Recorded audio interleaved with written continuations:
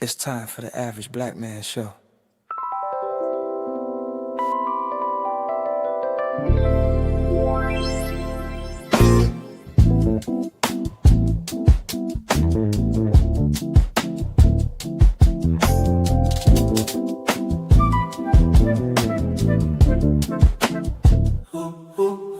Got the work week done, clocking out, no rushing. About to hit the YouTube streets. Now it's time for a discussion. Only come with the real, can't be fake or frontin'. Don't run from the conversation, there ain't no ducking. Sit back, sip some wine, get into the vibe. Go hit the link and come up on the live. Jump on in the comments and let me pick your mind. Opinions flying free, let's let our thoughts collide. It's the Average Black Man Show, talking about everything you need to know. Sometimes things may get a little heated, but these conversations are needed to help the community heal and grow. Accountability, responsibility, reciprocity, respectability.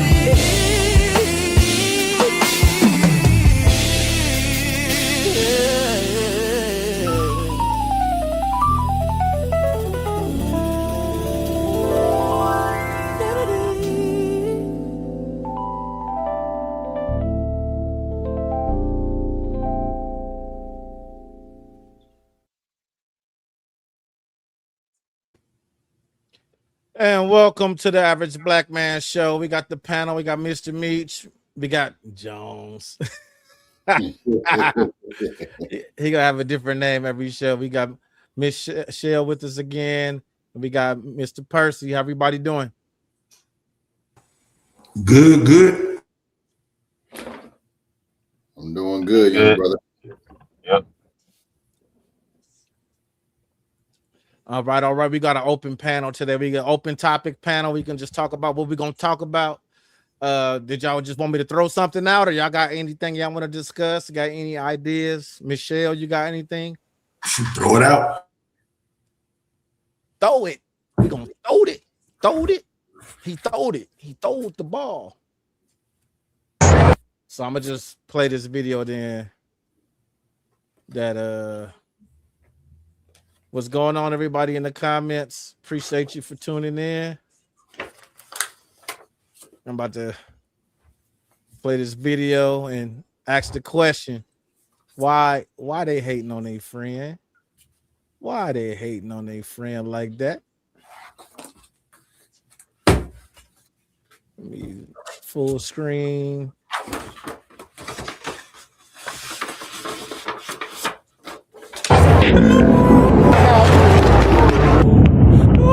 Cotton candy. Yeah.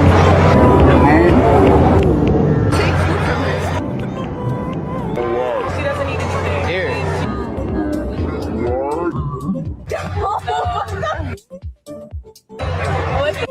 are you doing? You want the whole thing for later? No. You can take this one. More. Thank you. She doesn't want it. I mean, you don't want that. Got you a order. No. You know what? I heard people.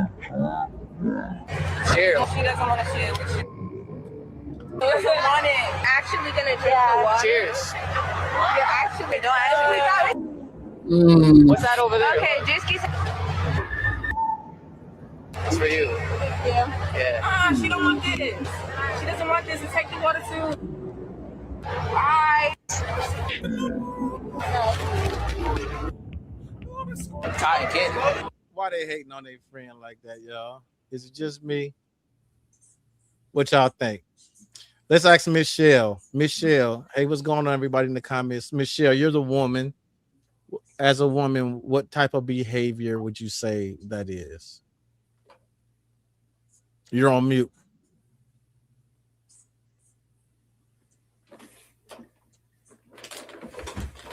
Maybe She may have stepped away. Yeah, I was gonna say maybe she stepped away. All right, well, y'all go ahead. What are y'all thoughts?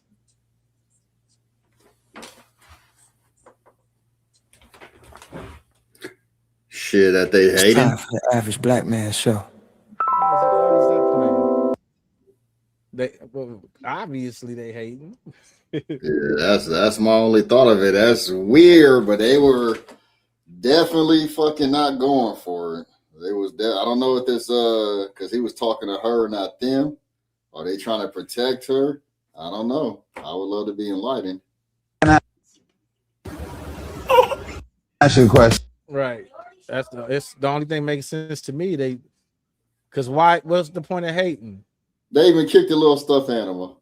Yeah, the teddy bear. They even kicked the teddy bear. That was Why are crazy. they hating, Shell? I don't know if you stepped away. Did you see the video? Michelle, did you see the video or you stepped away?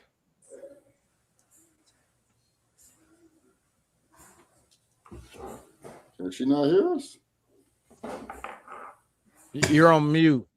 Let me see if I can take her off mute. Okay.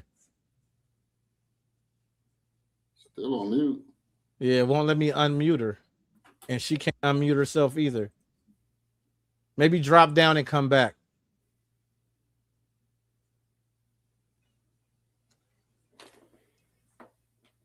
That's what they said in the comments. Somebody said they want to smash. He in the way. They might slide him a number or something afterwards. You know what? Call me. Appreciate I everybody don't in the know, comments. man. That What was y'all some think? hating, though. What y'all think in the audience too? Put in the comments what y'all think. Yeah, you stuck on mute. I don't know what's going on. It Oh, wasn't there you working go. for some reason. There we go. All right. So, yo, did you see the video? What's your thoughts? I didn't get a chance to see it. All right, let me run it back. Let me run it back for you. I gotta move this screen and move that screen. Because if I share it, it'll double play it.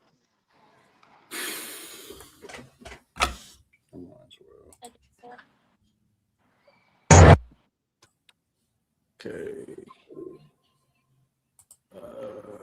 Just move that there. Why do you think these young ladies have this type of behavior, you being a woman?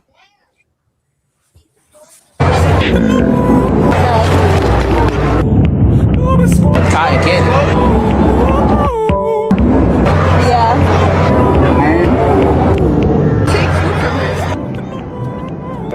She doesn't need to do that. Here.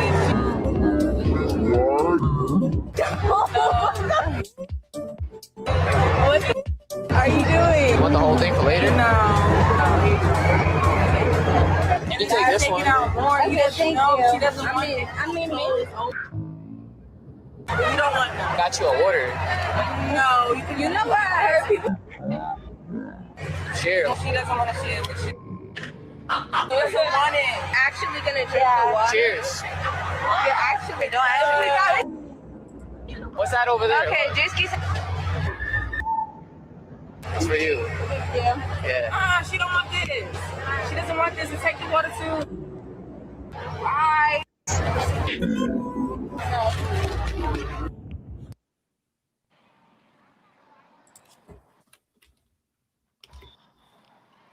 That is plainly put the fact that misery loves company.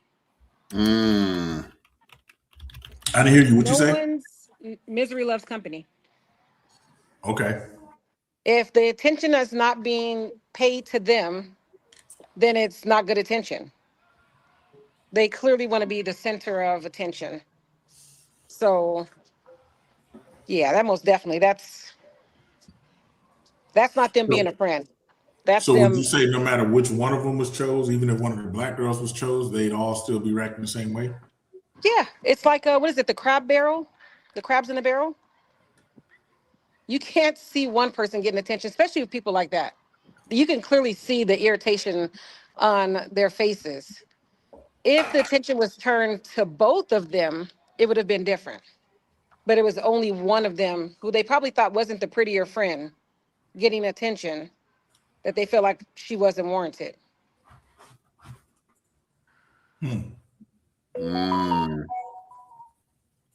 Yeah. She was the only other. She was Yeah, the non-black one. that was most definitely one of those situations where they felt like, why was she getting the attention? Because That Mm. wasn't she probably looked girlfriend, the friendliest out of all of them. right? She did actually look. She did look more approachable than the other ones. I mean, especially for him. Mm-hmm. Yeah, I think she was more approachable. Yeah, So they just hating because misery loves company. One of those. misery loves company. I've been in them situations so many times. Misery loves company. I'm in the bathroom, Grandma. You go, baby.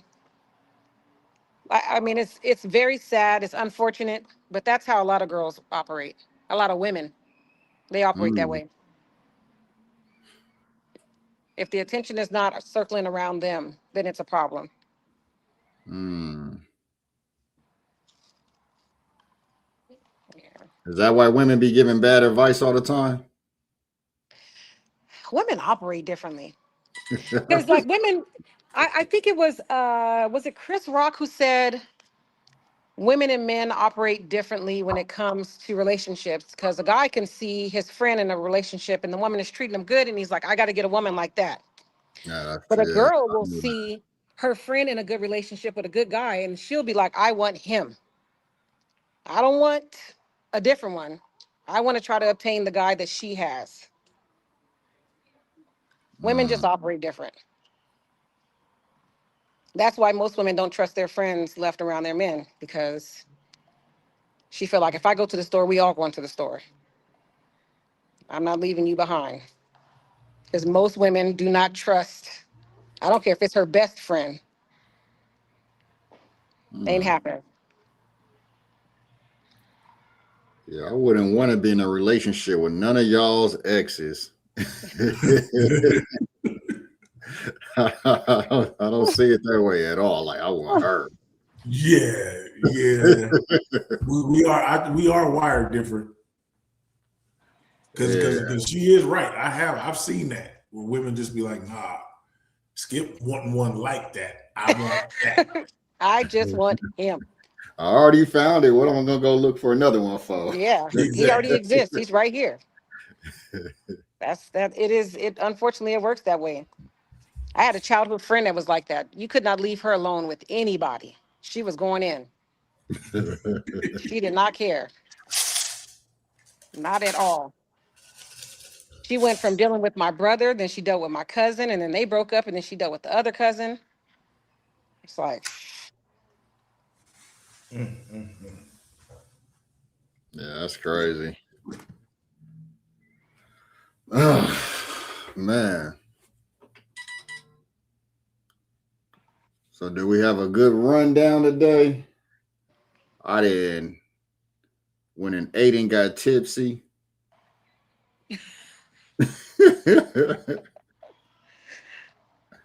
Oh, I have a question. So, do you think females are that way because a man should have multiple females, or is it just that's just the way it is? now, wait a minute, because you can see that both ways. Uh, Mm, I honestly think that it is very difficult to find one individual that's going to check every box for you. That's why when people say, oh, I found the perfect person for me, you didn't, because eventually you're going to find somewhere where they dropped the ball. And that's why some people who have multiple people they deal with, each person doesn't check the same box. They all have something different about them. Right. And that could be men or women. Mm-hmm. The women could have multiple guys and they check different boxes. And I think for the most part, humans force monogamy, even during dating. Like if you're getting to know somebody or dating, they always force you to be like, just uh, only get to know me. That's it. You don't get a Yeah. chance to step outside of that and try to see if you're a better match with somebody else. I want you just to be with me. But so do you think it's not natural then monogamy to be with one person? Oh, I'm don't worry, married, so I'm about to say, don't worry, your husband ain't listening. but no, he knows too. I think it is really difficult for somebody to you have to understand that you're settling. Even if you love the person. You can love them. You can love their dirty draws. It doesn't mean that you're not settling in some area. Some aspect you're letting what you want go. I mean, so Well, I that's feel like monogamy is I it's wouldn't say overrated. settling. I wouldn't say settling. I would be like look at it more as a compromise. Because if you're settling, then that means you don't want the person you're with. No. You It's not. That's what I said. You can still love the person and like that person and still settle, because It ain't maybe you everything. have to. It's even compromising. It's still settling. It's still Yeah. you choosing to settle for what you don't have versus what you do have. That's why when you weigh out the pros and cons in a relationship, you say, well, they check majority of what I need on the pros section, so these cons are okay. But you may meet somebody, maybe that side chick, or for the woman, the side dude, who checks off those other boxes. That's why but I mean, I because we did a show, I think that was the first or second show we did about compromise and settling. And a compromise is, you know, exactly that. Like, the understanding of, a guy will have a list of 10 things he wants in a woman, and a woman will have a list of 10 things. And my position is I believe, and this just was me and how I think, that women tend to be more picky than men, because men will meet a woman that'll have 7 out of those 10 things, and a man will be like, you know what? What are the odds that out of all the people in the world, that I'll be lucky enough to find someone that has 70% of what I'm looking for? Man, this is great. Boom, boom, boom. But women, on the other hand, find a guy that meets 9 of the 10 and be like, throw the whole man away. He don't meet 100%. He's only 90%. That's not enough. He got every other character factor, but he 5'3". Throw the and whole man. that is only until she reaches her breaking point. Women I'm will always start off that saying, way. I don't know if that's true, because women seem to tolerate a lot more than we will. You know what I I was mean? just about to say that women, okay, when they reach their breaking point, their list gets a lot shorter. Yeah. It gets a lot shorter, and they tend to settle and compromise in a lot of situations that most women wouldn't do. They will let go of some of that majority of that list, Yeah, I because think so. a lot of women are sold on the idea of what a relationship looks like for the people outside looking in. They want to look happy. They want to seem like they've got it all together. Women want That's that. that's the key word, that happiness, because They want they women prioritize happiness over so many. That's why you hear women always say, why would you stay somebody if you're not happy? Why would you stay somebody if you're not happy? But you got to understand that in a relationship, every single day, you're not going to be happy. It's not going to be flowers and rainbows every single day. You're dealing with a whole other human being that has good days and bad days, just like you're going to have good days and bad days. Yeah. So if you want this person to be okay when you have your bad day, then you have to be okay with them that's compromise. That That's is not settling. compromise. No, that part, that is compromise. But at the same time, people who think that way, who are irritated when they're not in that happy stage in their relationship or in that moment, are a lot of the times people who think 50-50. They think relationships are based off of bringing 50-50 to the table, when in honesty, if you're only bringing 50% to a relationship table, where's the other 50% going? What are you doing? That means you have more that you can give to make sure that you have more of those happy moments. But if you're only willing to meet halfway and you're not willing to go any further past that, and you think that if you have to give any extra in your relationship, you failed already.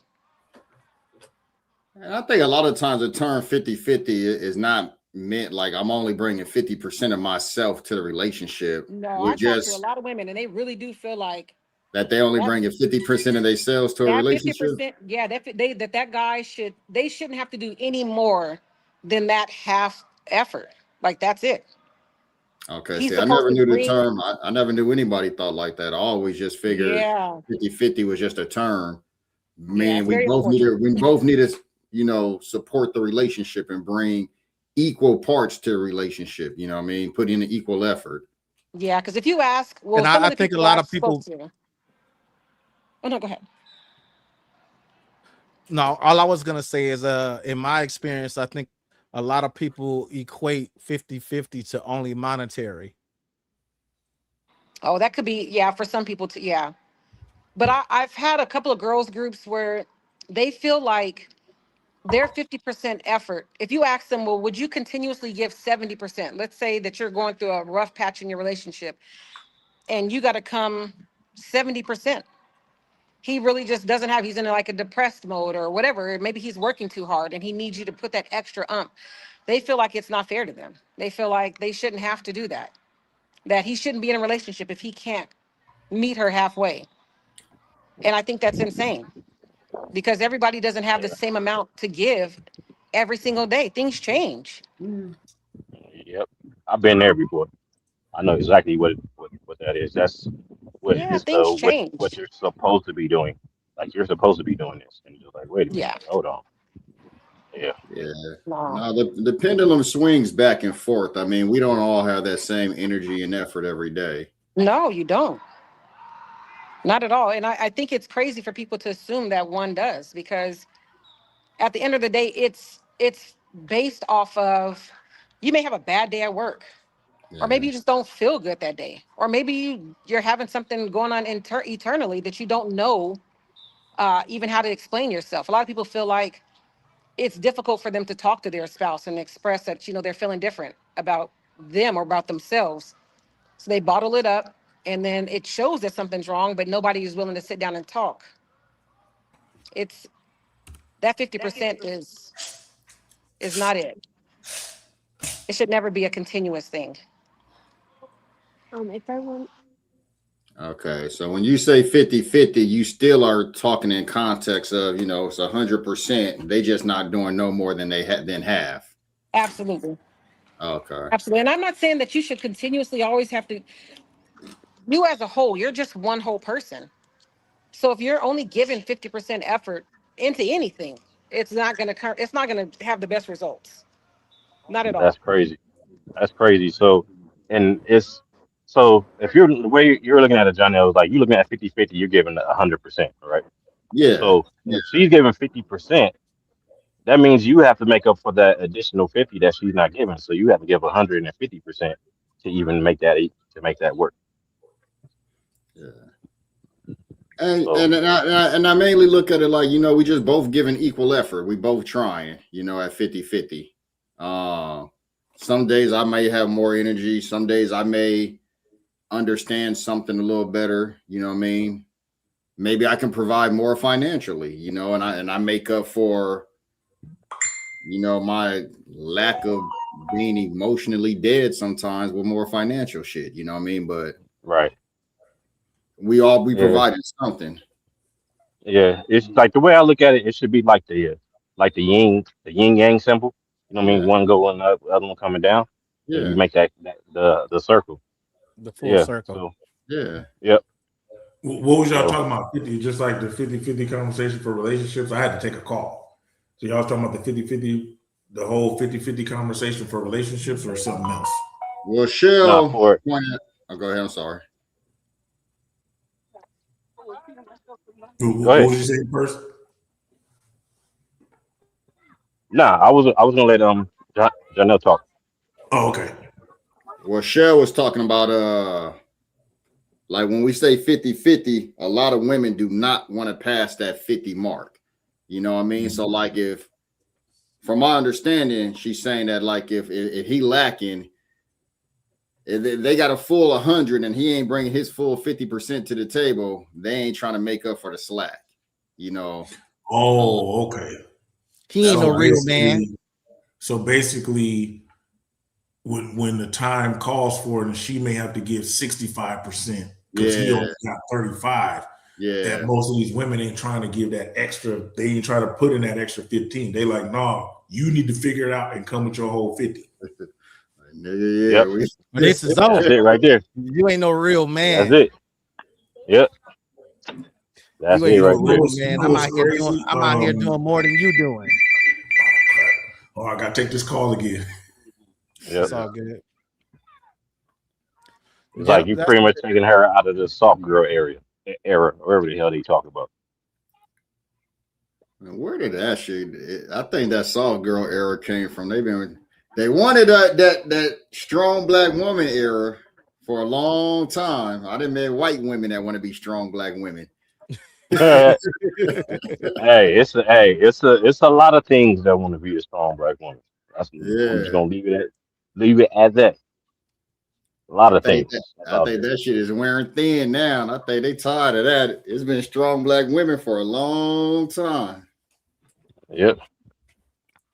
Two jobs and cooking and kids and shit. They trying to make up with that soft girl era. Yeah, I guess whatever the hell that means. I mean, you trying to be taken care of like a child, or I'm not understanding that. Yeah, I don't know what that means because I'm not trying to take care of nobody like a child. I don't have the energy for that. And that's the biggest thing right there, is not having the energy for it. Like I don't have time to play that game. Like, I'm not even gonna do it.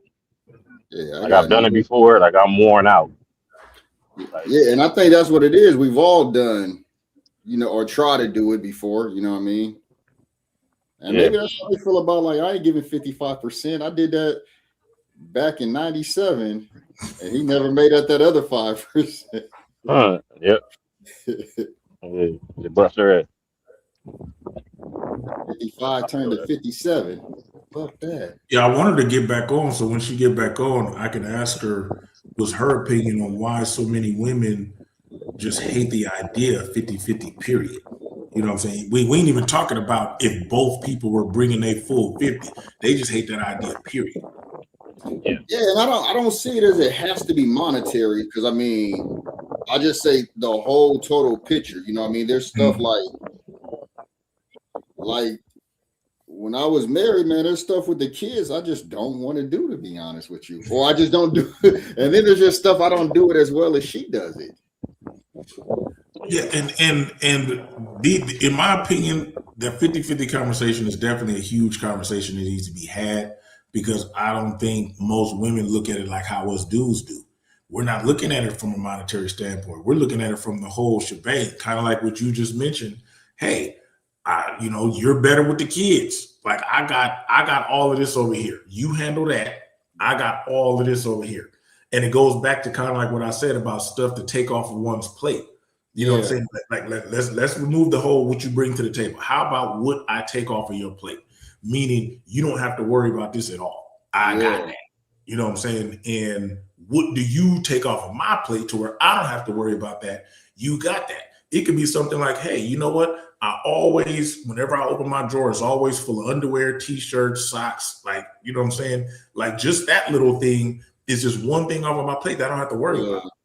Because people like me, dude, I got millions of things that I'm worried about each and every day. So much so that it's like it's over. My brain is overspilling with stuff, because it's like I forget to do stuff because it's like, oh shoot, I got to do this, I got to do that. But when you have that partner that like, babe, I got you. You don't have to worry about this. Like every woman I've ever been with, they don't have to worry about their car at all. I got that. That is off of your plate. You know what I'm saying? Like anything that got to do with your car is off your plate. You know what I mean? Anything that got to do with the house, as far as like any little thing that need to be repaired, you ain't got to worry about that. Like I got that. You know what I mean?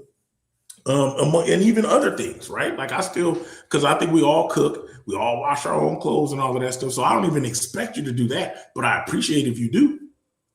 Yeah, like I don't like. We've all been doing it ourselves forever. I don't like to clean and all that shit. That's for sure. I don't, you know what I mean? And I'm not a dirty person. I just don't like, you know what I mean? I hated that shit, cleaning the kitchen and all that shit. So you take that off my plate, but I like my kitchen clean. I like my kitchen clean. That's exactly where I'm at. I hate doing it, but I do it because, dude, it needs to be clean. It needs to be done. You know what I'm saying? Okay, she back, y'all. Sorry, guys. It was an emergency. Oh no, I ain't tripping. No problem. I'm having to take calls too, so I get it. So I had a question for you, and I think we kind of have our own perception of it. We were just talking while you was off, but from your point of view, and not necessarily just you, but since you're a woman, I'm pretty sure you've heard this in discussions with other women. Why do so many women have such a problem with even the idea of 50-50? Even if both are putting in the full 50% each, why is that a problem with the idea of being 50-50? It's almost like they all want you to be the man to bring 100, or at the bare minimum, like 90. And it's because most women feel like men have an attention span very, very short. So they feel like it's easily for you to become distracted by another woman. So they need you to be dialed in. They need to feel like you're dialed in more than they are, because they feel like their loyalty comes a lot easier than a man's loyalty. So if you seem like you're not more dialed in than her, then your attention is going. I think we lost her again. Boy. And you know what? I think Yeah, her phone is tripping. Yeah, I think Which the one older is it, we Jay? get, man, I feel like they say, all the stats say, the longer the marriage goes on, the less happy women are and the more happy men are. And then they say, like, all the stats, like, we was going over this shit the other Chat GPT and shit. And it said like 70% of men say their best friend is their wives, while 30% of women say their best friends is their husbands. Which it kind of feels like we get dialed in the older we get. I wouldn't even say the older you get. I think you hit it right when you said the longer you're in that relationship. Yeah. You get trained like you're accustomed to doing the same Because old most routine. guys get uncomfortable if they have to include their spouse in their extracurricular activities, because if she seems like she has an attitude, then you have to deal with her after you go home. So now your fun is not really fun. You're not enjoying the day out with your friends. You're not enjoying that dinner because she's sitting there staring you at the side of the head like, when is it over? I think a lot of guys would prefer to rather just go with their spouse than to go out with a bunch of other people. And see, that was always my. Go ahead. That's what I because I always talk to you guys about, like, because I look at all the stats and studies, and a lot of that is why women outlive men, because of the social side. They tend to be more social than we are. So, like, we'll cut every female friend we have, even a bunch of our guy friends, off and hone in solely on our wives, and that's unhealthy, because it's not healthy to look to one person for all of your emotional needs. So that's what, like, I'll be telling y'all, like when we went out and we had drinks and we ate that one time, and I kept saying, like, see, just us doing this is extending our lives because we're being social. We added an extra month to our life that day. Right. A couple of hours. But the more often you do it, the more it extends your life. Because think about it. How many women, if you would, like, what time is it? Happy hour. You go to happy hour right now at Chili's or wherever. It's a bunch of women sitting around that can't stand each other, but they girl, and then such and such, girl, and they unload unload their emotional. And whoever leaves first gets talked about. Right. Whoever leaves first. I'm glad she left, girl. She was getting on my nerves. Whoever leaves first. She a Debbie Downer. Mm-hmm. She knows she came in here with her titties out trying to get attention. I don't know why but you're supposed to be the girls hanging out. Right? She got the girls hanging out with the girls. Right. Man, I'm so glad I'm a dude, man. And the reason I'm so fluent is, having sisters and having a gang of homegirls coming up my whole life. I've been a person that they would unload it to, like, Tim, why do guys do this? Why do guys do that? What does this mean when the guys say, and what does this mean when the guy, and I gotta be like, oh, shit, I don't know. I think that's what made me more well balanced as a woman, because I have nothing but brothers. I have 7 brothers. I have nothing but sisters. No sisters at all. Yeah, 7 brothers. That's a lot of brothers. Yeah. I got so I can relate to that. I can relate to that because I have I'm the baby, and I have 2 older sisters. So as a Yeah. child, it was like y'all take your little brother outside and play. So I would jump rope, turn rope, jump rope, play jacks, all of that, tether ball. So I've learned how to be socialized with women. Mhm. So same I way I learned can what hang out not with to the do. right. Learn that too. But the same way I can sit and hang out with all of these fellas right here and chill, talk about, ooh, look at that booty, ooh, her booty big and all that.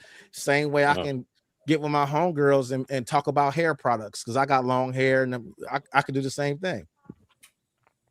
It's called balance. Balance. I dang sure ain't got that balance at all. I grew up with a bunch of dudes, you know what I'm saying?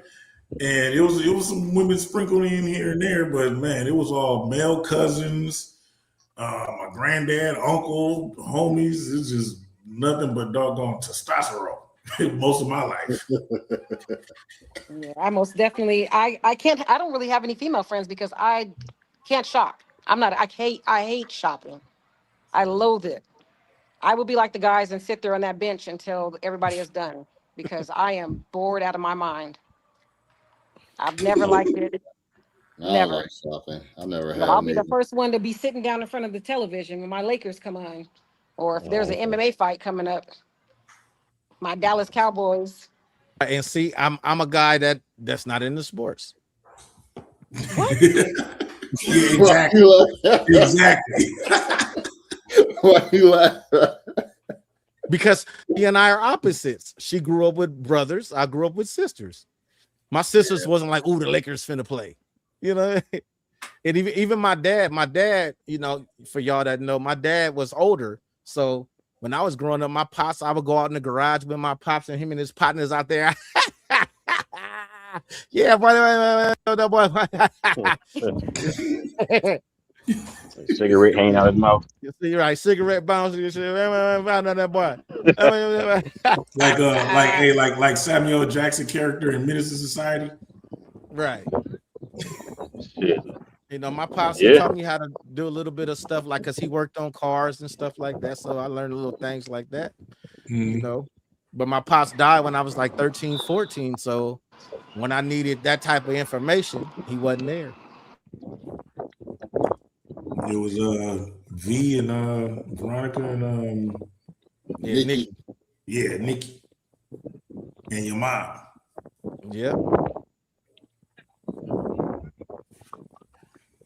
But I think it's a trip because I'm noticing the lack of like how my youngest son, the lack of having men around. You know what I'm saying? Like how it's probably affected him and you know his outlook on life and how he behaves and all of that. Because he's only around his mom and his sister. And then whatever other, you know, like that's all he see all day. That and his tablet. You know what I mean? So when he come over here with us and he get that tough love, you know, he all emotional and crying. You know, of course I feel bad because I'm like, oh shoot, you know what I'm saying?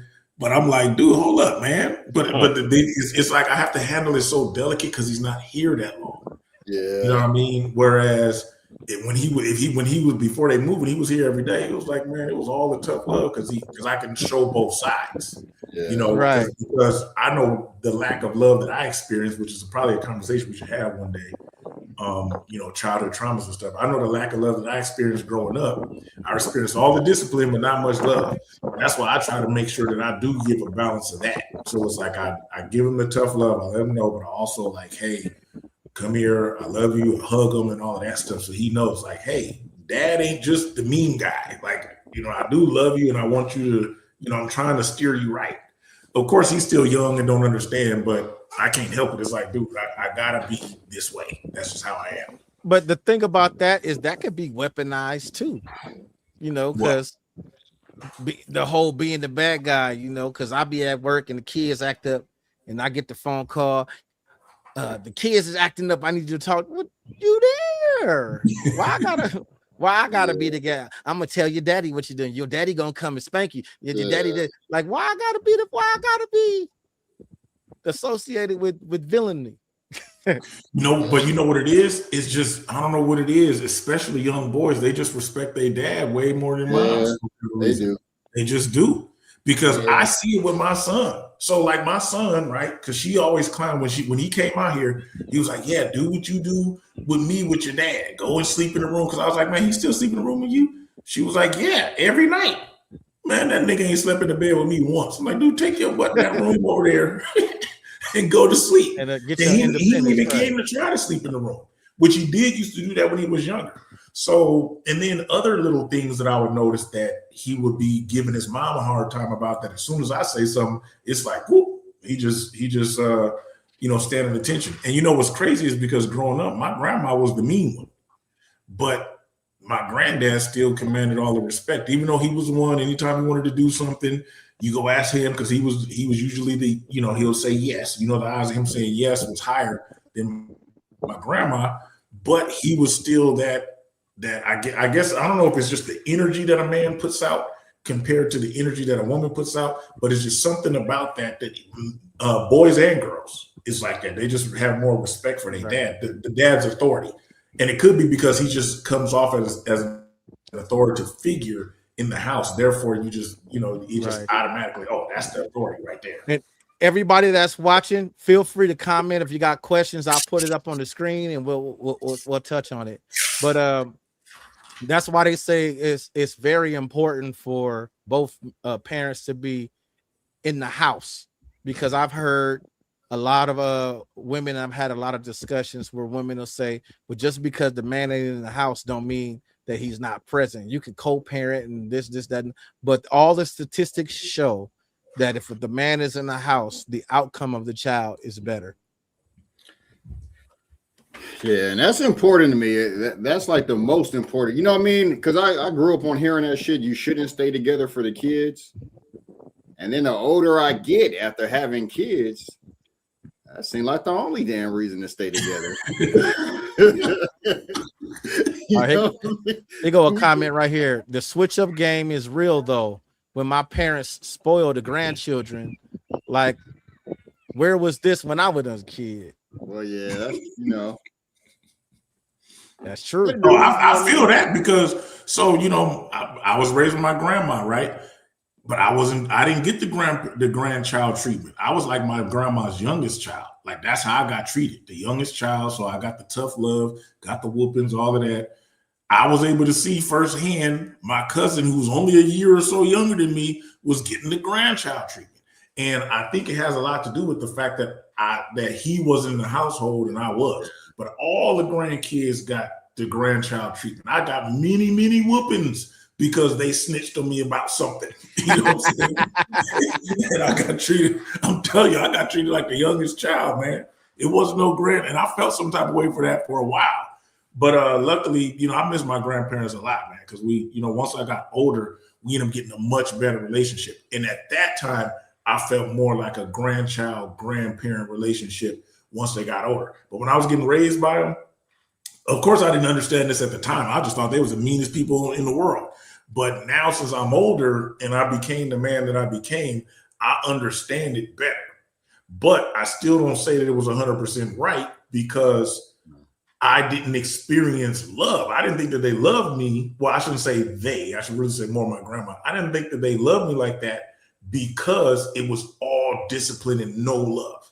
So that's why I try to make sure there's like, hey, I'm going to give you the discipline, but I'm going to let you know that I love you too also, because I know how I felt growing up when it was just 100% discipline.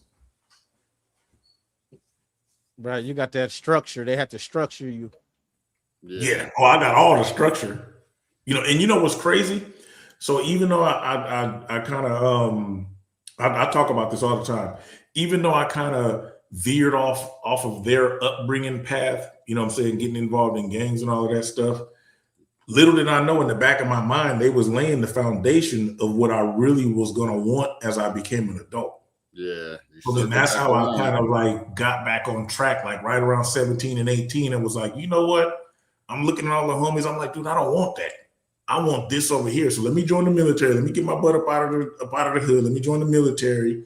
Let me try to do something different, because I don't want my outcome to be all of what the older homies' outcome was. You know what I'm saying? I was like, dude, I don't want that outcome. So luckily, and I thank them tremendously for that, to giving me the foundation that I really didn't even know that I was taking in at the time. So it's like, even as parents, you don't even know what you're really laying down for your child. So which is why you see some of these other kids that that grew up with, you know, single mothers, you know, sometimes fathers, but single mothers and all of that, that's not showing them, or that's showing them weird stuff, right? And then now all of a sudden these kids grew up with the weird stuff, and then now they become weird adults. Now again, your friends is really going to dictate who a lot of your character, because like again, I veered off, but luckily I had that foundation from them.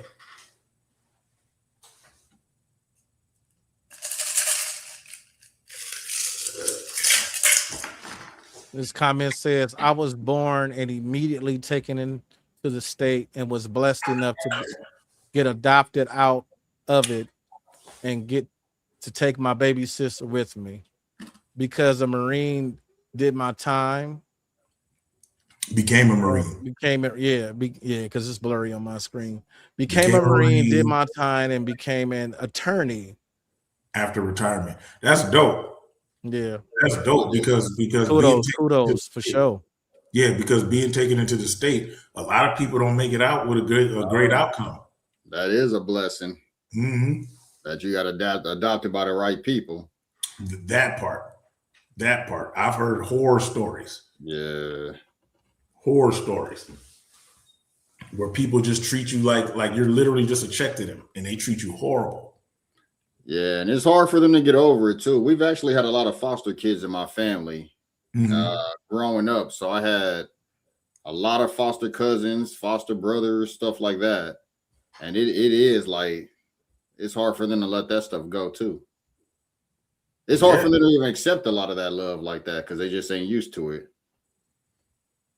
Yeah, that is a trip. I didn't even know that was a thing until probably like the last 4 or 5 years. You know, childhood traumas and certain traumas, how certain things can affect you. You know what I'm saying? It's like I started hearing a lot more of it, you know, because I guess more and more in the Black community, we're starting to acknowledge mental health. You know, this is supposed to be Men's Health Month. So Men's Mental Health Month. So it's like we're starting to acknowledge that more and more. When I really didn't hear much about that, you know what I'm saying, prior to that. It was just like, do what you know, no, man up. You do what you get over there. Nigga, you whining, nigga. You the hell? This nigga still talking about his parents and shit. Yeah, this comment right here is real too, you know, because as you know, the role of fathers is very, very, very important. And you know, I'm gonna just keep it real and probably make some folks mad. We as men, we need to start holding some of our, I'm not saying us, I'm just saying it into the ether, out into the audience in the universe. We as men need to start holding our homeboys accountable. If you got a homeboy that you kick it with every day and you know that he don't do shit for his kids, he don't spend time with his kids, we need to start pulling him to the side and holler at him like, hey dude, like what you doing? You know what's crazy is I felt like I grew up with that a lot. You know what I mean? Just daddies wasn't shit, daddies wasn't around, all of that. And the older I get, you know, I talk to y'all, I talk to other people. Everybody kind of involved in their kids' lives, it seems like. You know what I mean? And it kind of confuses me a little bit because it's like but it could be because we grew up seeing exactly what you said, that dads wasn't around. Again, my dad wasn't around. I was raised with my grandma, and my granddad. So to me, my granddad is my dad.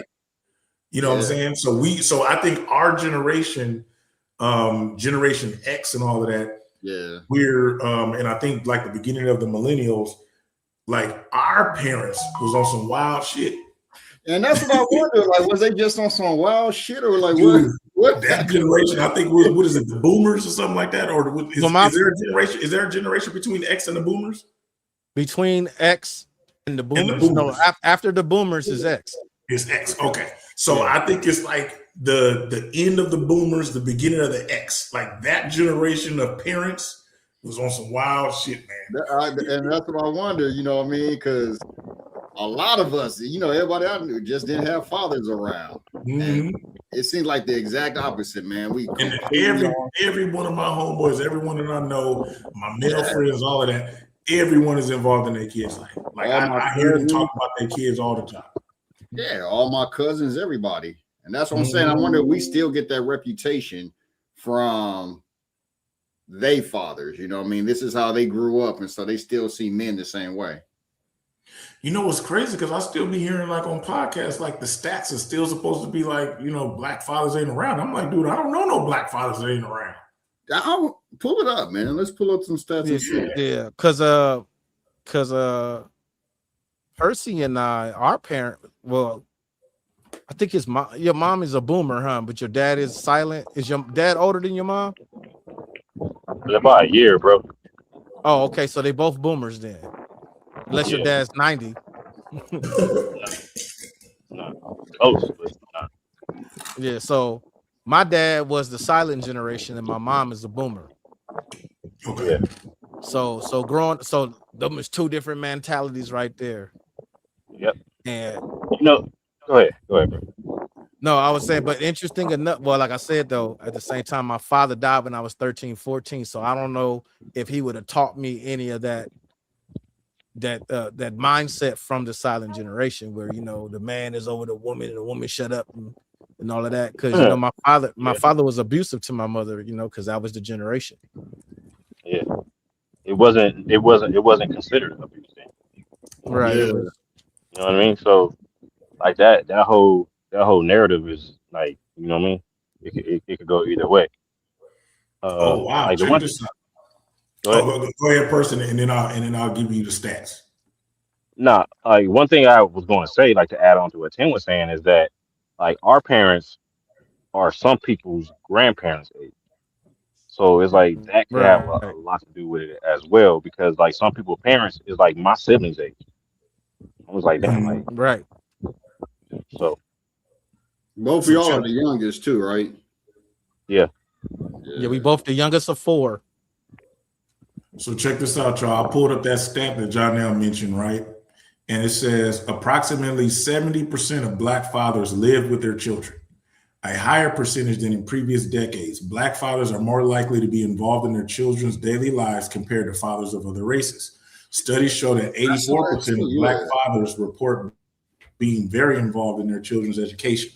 Black fathers spend an average of 6.5 hours per week on child care activities. About 60% of black fathers are single parents, often facing unique challenges. Research indicates that black fathers are more likely to engage in nurturing behaviors than stereotypes suggest. Yeah, I just pulled it up too. I saw that too. Yeah, we're more involved, it says. Mm-hmm. Right. And like I said, when you look at that stat and what involved means, it means like black men are more likely to change diapers and stuff like that and keep their kids and watch them. Mm-hmm. So this is the stats from the census and the family demographic estimates of the household dynamics. So 45% of black households are single moms, 36% are married, 8%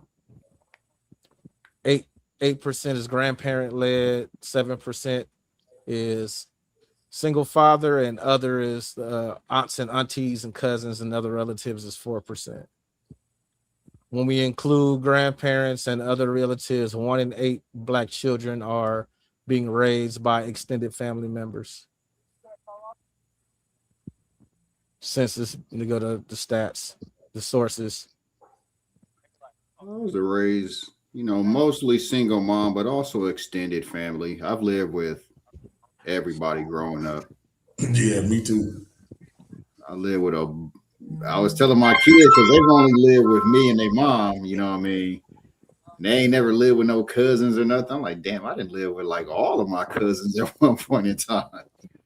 The only time I lived with my aunt and my cousins is when I got sent to Louisiana after Darnell had that incident. That was the only time? That's the only time I ever lived with extended family ever. Hold And, on. you know, when I went and stayed with P for a little while, you know what I'm saying? I know. I saw her chime in. Like, hold on. When I stayed with P for a little while, but that was super, you know, that was just look out for me right quick. That was after that was while you was grown or while you was growing up? While I was an adult, yeah. Okay. That's why I didn't mention it, because it wasn't like you know, I was being raised or nothing. No, I was definitely raised. I definitely I've lived with a lot. Let me see. I don't even know. That was shit. She said she had a family emergency. She didn't want us to think that she just abandoned us. No, it's all good. I'll be in the back chat. So in the back chat, people fall off all the time. I'm used to stuff like that. But yeah, but no, this is actually a conversation that needs to be had, because this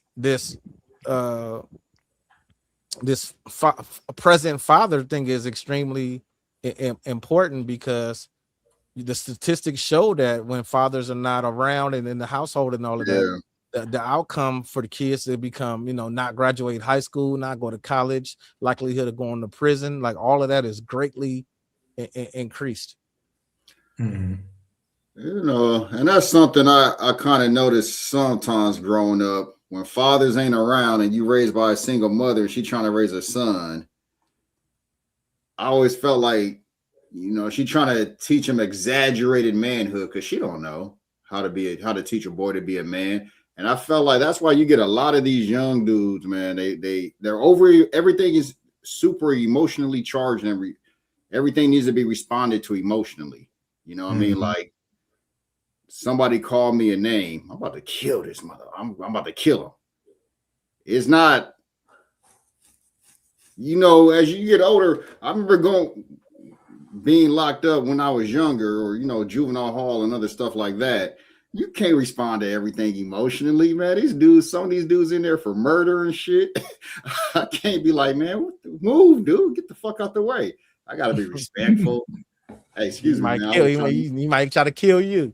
You know what I mean? You learn real quick. Like, not everything needs a super emotional response. Catch a pencil to the kidney. But I've seen sometimes where it feels like I got to teach my son to be the toughest out there. I got to overcompensate. Nah. Purse, man, you be out there getting exercise. I notice every time we be on, you be walking. You be out there getting some exercise in. Yep. Got you, man. Yeah, I heard that, man. Y'all both at that half a century mark. Y'all got it's a video. It ain't light outside like that no more. You gotta get there, bro. Is it? Y'all still got light out? I'm about to say that look like a video, man. It's dark outside. No, I still got some light. it's still daylight. It's still daylight. I'm further. You thought Percy had just a background going here on a treadmill? Yeah, Percy got a background going, man. Got a green screen. You got a green screen. No, I'm playing. Hey, I do see that same light pole keep popping up. He's walking around the park in a circle. No, I heard you say on an earlier show you walk like 5 miles a day or something like that. Yeah. Yep. Gotta do it, man. Shoot, that's what's up. I'll do it. I gotta start hitting the trails by my house again. You gotta do it, man. It don't even make sense. Like you gotta like take all that frustration out. Like that's one of the reasons why I started to do it. Like I started to just start walking, and then I started vlogging while I was walking. So it allowed me to get a lot of stuff that was out of my head that was inside out and gain clarity. So okay. Yeah, that's dope, man. That's dope. So do you be talking into something or I don't know. I don't know. That is tight. You say what? Do I be doing what? You be talking into the mic or something while you walking, or you said blogging? Yeah, like I just hold the phone pretty much and just say whatever's on my mind just to get it out. And then if it's good, I'll make it a post. You know what I mean? That's how I started coming up with like my social media content. Okay. Just saying fuck it, like I gotta get active, gotta do it, there's some things that I share. I can't do all with it, so get it out, man. It'll it'll help somebody somewhere, you know. So that's my stand, though. Like, the reason why I am, because You hit one of them was slots. and he's the one who sued the major league to have people have free agents like without Is it me or is he? And we lose No, you. like he some breaking up. country overseas to actually Yeah, you breaking up. Okay. huh? No, you was Oh, breaking No, up. you We was didn't breaking hear up the whole time. You in a bad area. Well, is it? You in a bad spot. It's breaking up real bad. All right, I'm still. What about now? you. Yeah, you sound better now. Still bad spot?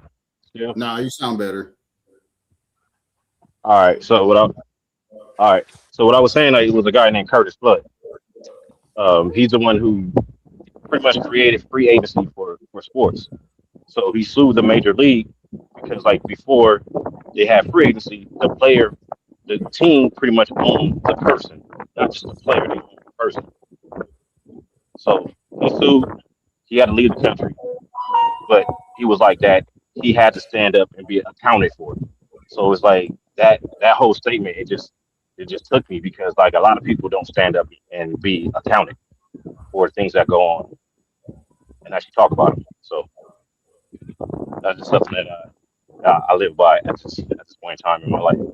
Like, I got to stand up and be accountable, speak on things that are not normally spoke upon, and not be afraid.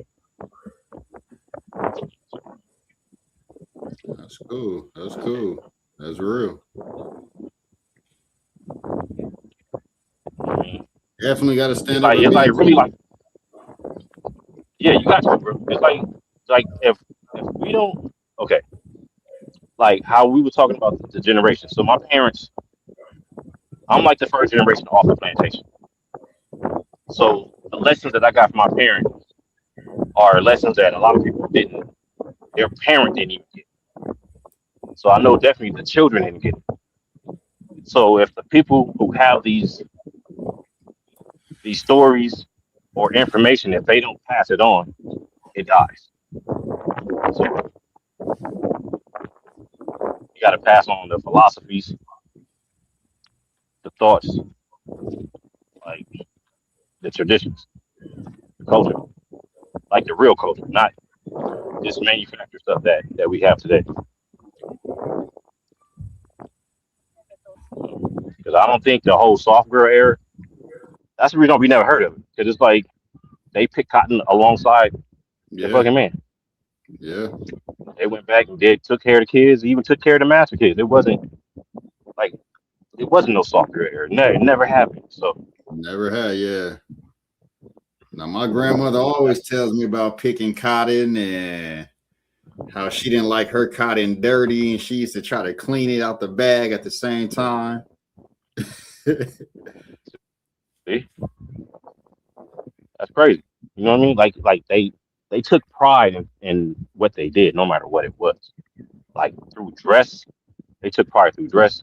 They took pride within each other. You know what I mean? It's like we were infiltrated as a people, like especially through like media. That's what it feels like, You know, man. and It our just kids feels are like being controlled by it. it feels Man, like it is. It's all a lie. It's all a lie, bro. Just like if you just Google what year it is in Iran, you'll know it's all a lie, bro. Why? What does that have to do? They don't go by the Jesus.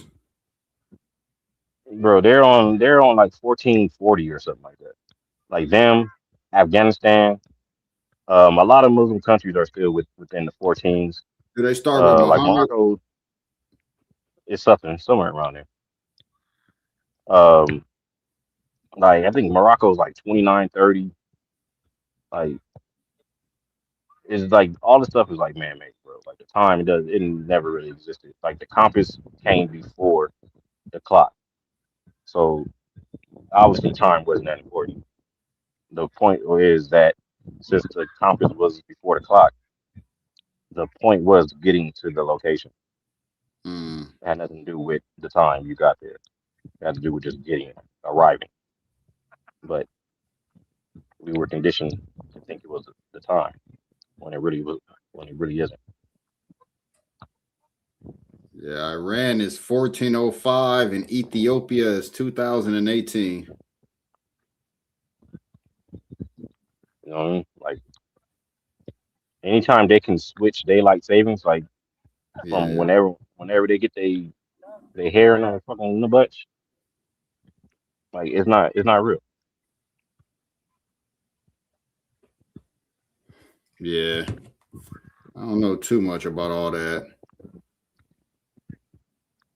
But I know it's all man-made, like everything damn near.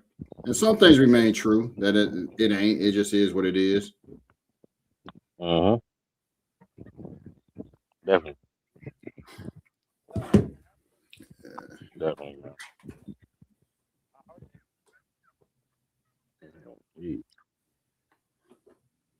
But yeah, like I was shocked to see that the stats with the fathers, and I really think that a lot of it had to do with media from back in the day, because that was what they were talking about. What's a favorite name they would give Tyrone or somebody Jerome? You know what I mean? They will always use those type of names and say like, "Oh, your daddy's not there, Jerome or Tyrone," or you know what I mean? Like that's what we grew up with. So to hear that stat is like, okay, was it that way then, or was you just locking us up and taking us away from our children, And like they see, that's did what I like in the say. 70s? That's what I wonder. What was it just what was really going on? Was we just on some wild shit or was because I remember talking, Tim, you remember talking to my old mentor, real estate dude. Remember Carlton? Yeah, I remember talking. He was talking about that shit one Yeah. time. Oh boy, that was like, man, to make a relationship work, you gotta cheat to stay together. That was a different one. Oh, No, his name was Carlton, wasn't it? no, that was a different one that said that. But Oh, okay. Carlton was the one we smoked with back in the day. We gave Carlton the new shit. He wasn't used to it. Yeah, that was all that happened the same day. He was like, I don't even know where I'm at right now. I don't even know what's going on. Oh man, y'all didn't get what's this? The Chronic? Oh wow, man. That was the same day. That was the same day he said we gotta cheat to stay together. But I remember him also saying something like, they paying us all out like we ain't want to be there for our kids and we bad fathers, and the economy just changed and got swept out in front of us. He was like, I grew up working in the warehouse. I thought that's where I was going to be at. And all of a sudden, I can't support my family in the warehouse. And I ain't shit because I can't support my family and shit like that. It's like, how you guys heard of that movie called The Bastards of the Party? I've heard of it. I don't know if I've seen it. It's like a that gangbanging movie. documentary. It's a gangbanging documentary that basically it brings. like, oh, go ahead. My bad. No, go ahead. Go for it. Go for it. No, I was gonna say it just basically breaks down that the structure that came with like the militant of the 70s and the Black Panther part, because the Black Panthers was started here in California. So like all of that structure and all of that was, it's hard to word it, but basically like the whole structure and the militant mindset and all of that and was taught to young boys, and before they can get the rest of the lesson of this is how you structure and what it's used for, they snatched all the fathers away. So gangbanging is a direct result of the bastard sons of the Black Panther Party. Yeah, like that movie is one of those that it's hard to find. Even online to watch it, like they'll break it down like to certain pieces. Like it's really hard to find a movie like intact.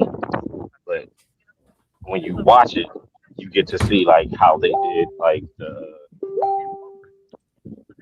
the social services from the 60s on through the 70s into the 80s.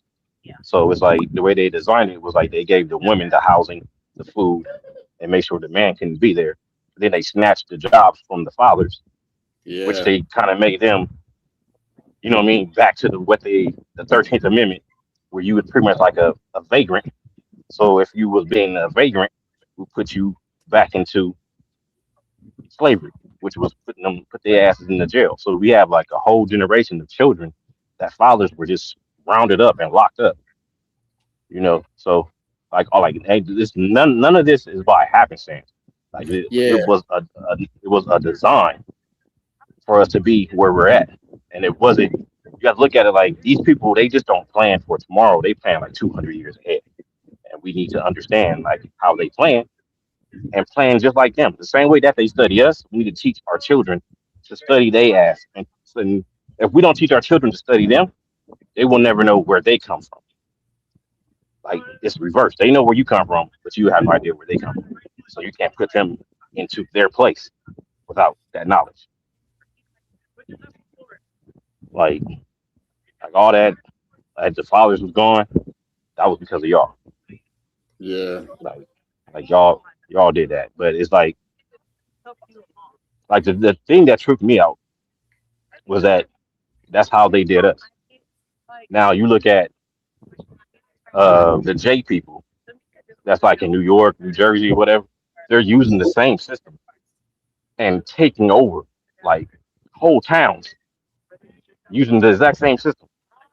And it just baffles me. Like we were destroyed by it. But these people are allowed to utilize it to take over. Like, which is crazy. And that's another conversation too. Why ain't we like that? Why haven't we?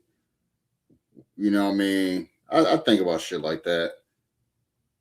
Why have we been marginalized or, you know, allowed ourselves to be marginalized? How did that happen? Well, did we necessarily allow ourselves to be marginalized, or was there a system put in place to intentionally make us the bottom class in this society?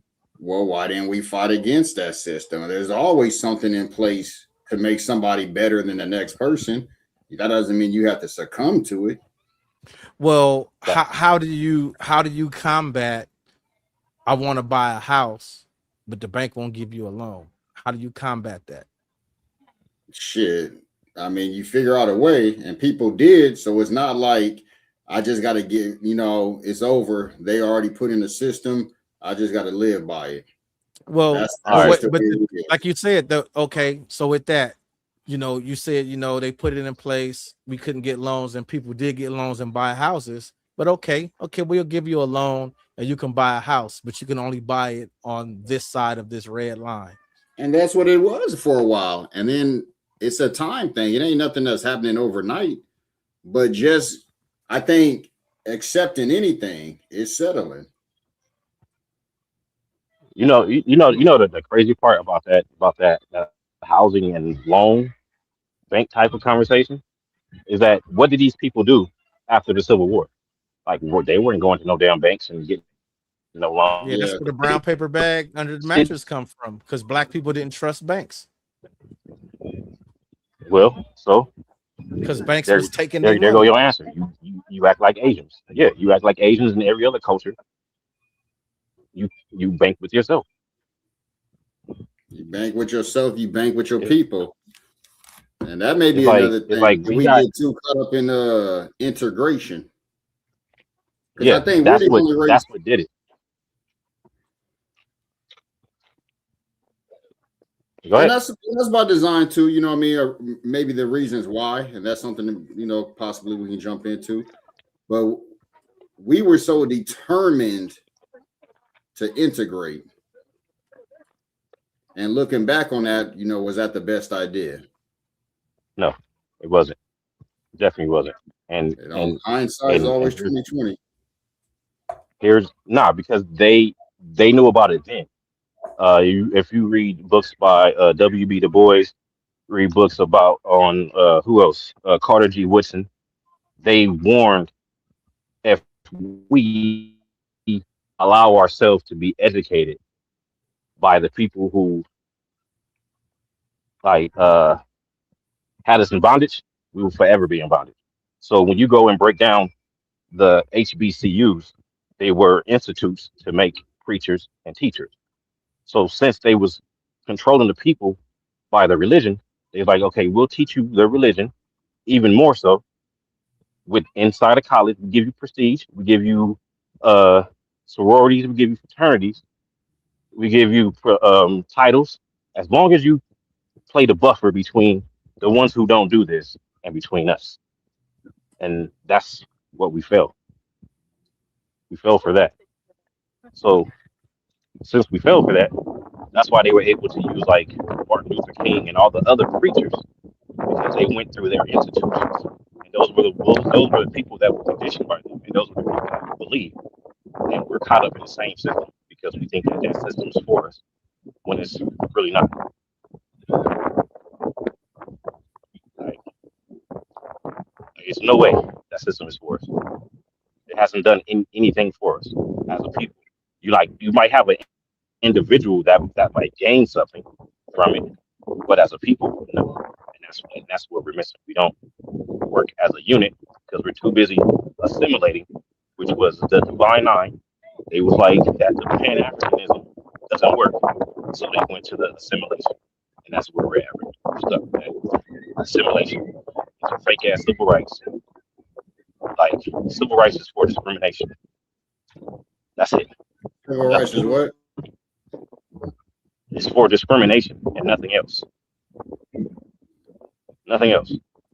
Hey, That's the reason why they play can this video right quick. Let me play this. Yeah, video go ahead. right Go for quick. Because like this is a real commercial, or I don't know if it's a real commercial or something that they put out back in the days where they had a whole system of how they wanted to advertise and market to us. What's going on? Here is what sales. Hold on. Why is that like that? Why is that screen not sharing? Why is that screen not sharing? My screen is not sharing. Is it locked? Okay, there's that. The man on you, boy.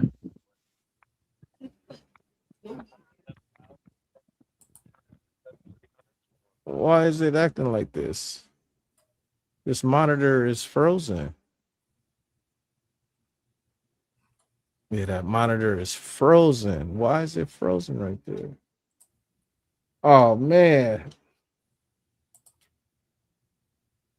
It's stuck on this. Is it going to change? Yes, it did.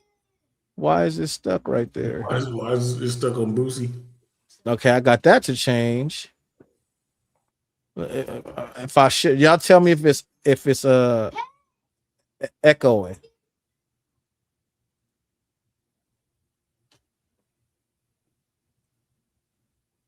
Sales psychologists have to say about selling to the Negro. The secret of selling to the Negro is expressed in one word. That word is recognition. Now, there's nothing unusual about that. Yes, it's echoing in People my want to be recognized. They need recognition. That they face in all of us. But perhaps because he's had so little of it, the Negro needs even more. He needs to feel important and appreciated. It's good now. This need is a very real and important one. It shows up even in many of the Negro's shopping habits. Anyone who sells or wants to sell to the Negro customer should know about some of these habits. 3 habits in particular play a big part in every sales transaction. To begin with, most Negroes buy by brand. They ask for products by name. They're quick to turn down off-brands. Buying by brand, that's the first important Negro buying habit. Now for the second. The Negro buys good quality merchandise. Symbols of quality and prestige are very important to the Negro customer. This woman, for example, is buying fine crystalware. But she is also buying the admiration and approval of her friends and relatives. Listen to her thoughts My, isn't it beautiful? I can hardly wait to show it to Sally and Joan. It's a well-known fact that many Negro customers are influenced by the opinions of others. What their friends may think of a certain item often decides whether or not the sale is made. So remember, the Negro buys quality merchandise. That's the second important point. And here's the third thing to remember when selling to a Negro customer. When he specifically asks for one thing, don't try to sell him something else. Don't try to switch him at the point of sale. If you do, he'll probably react something like this. Doesn't he think I've got the money to pay for it? The Negro resents being offered a substitute.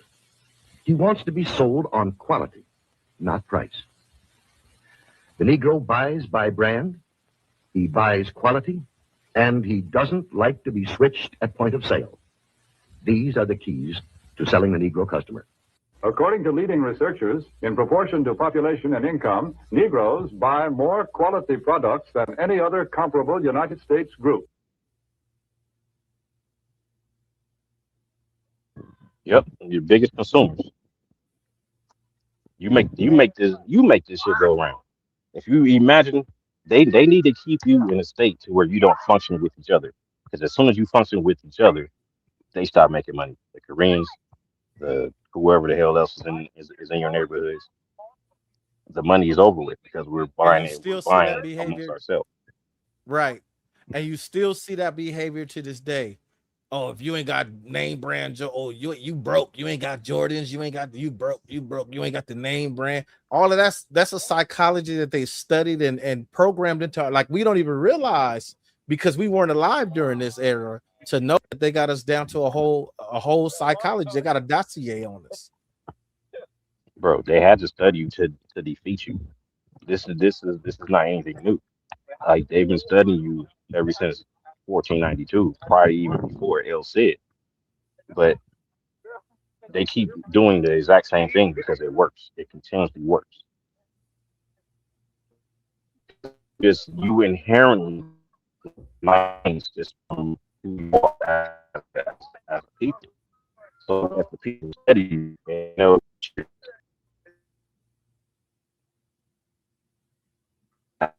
that's how we don't, like I was saying,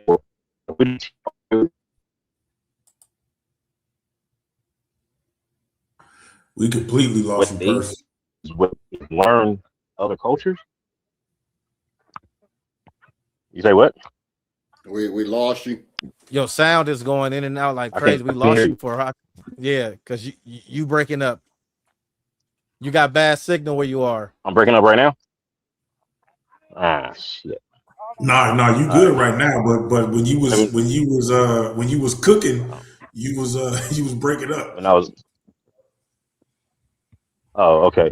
Well, what I was saying was that, as I mentioned before, that if we don't teach our children to study them the same way that they study us, that we will forever be in a situation that we're in. Because if they know how we are, we don't know how they are.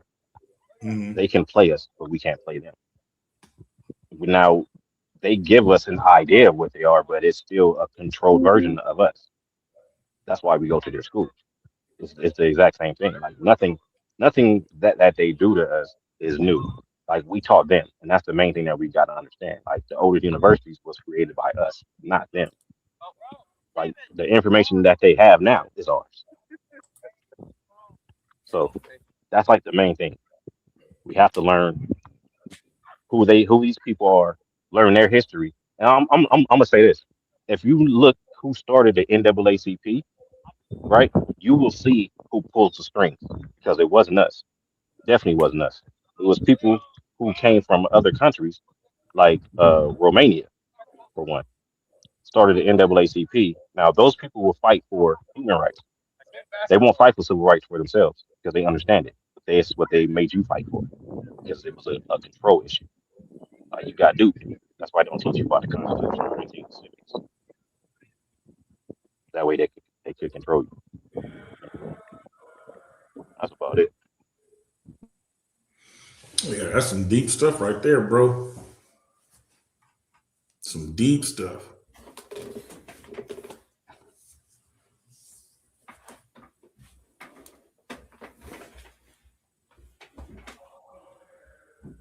Oh, you. Huh.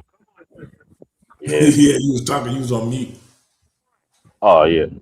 Yeah. It's things that needs to be, like I said, like it's things that need to be said, and if I know it, I have to let it go.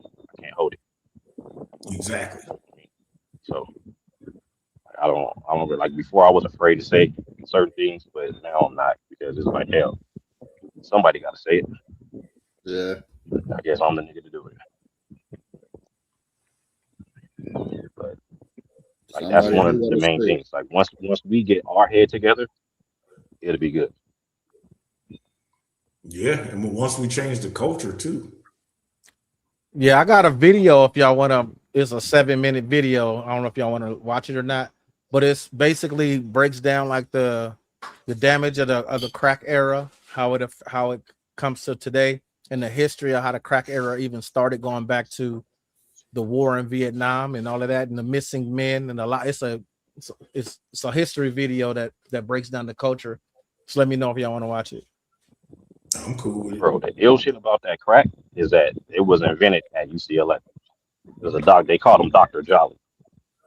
Like, it's crazy, like these people, what they did to us. Absolute crazy.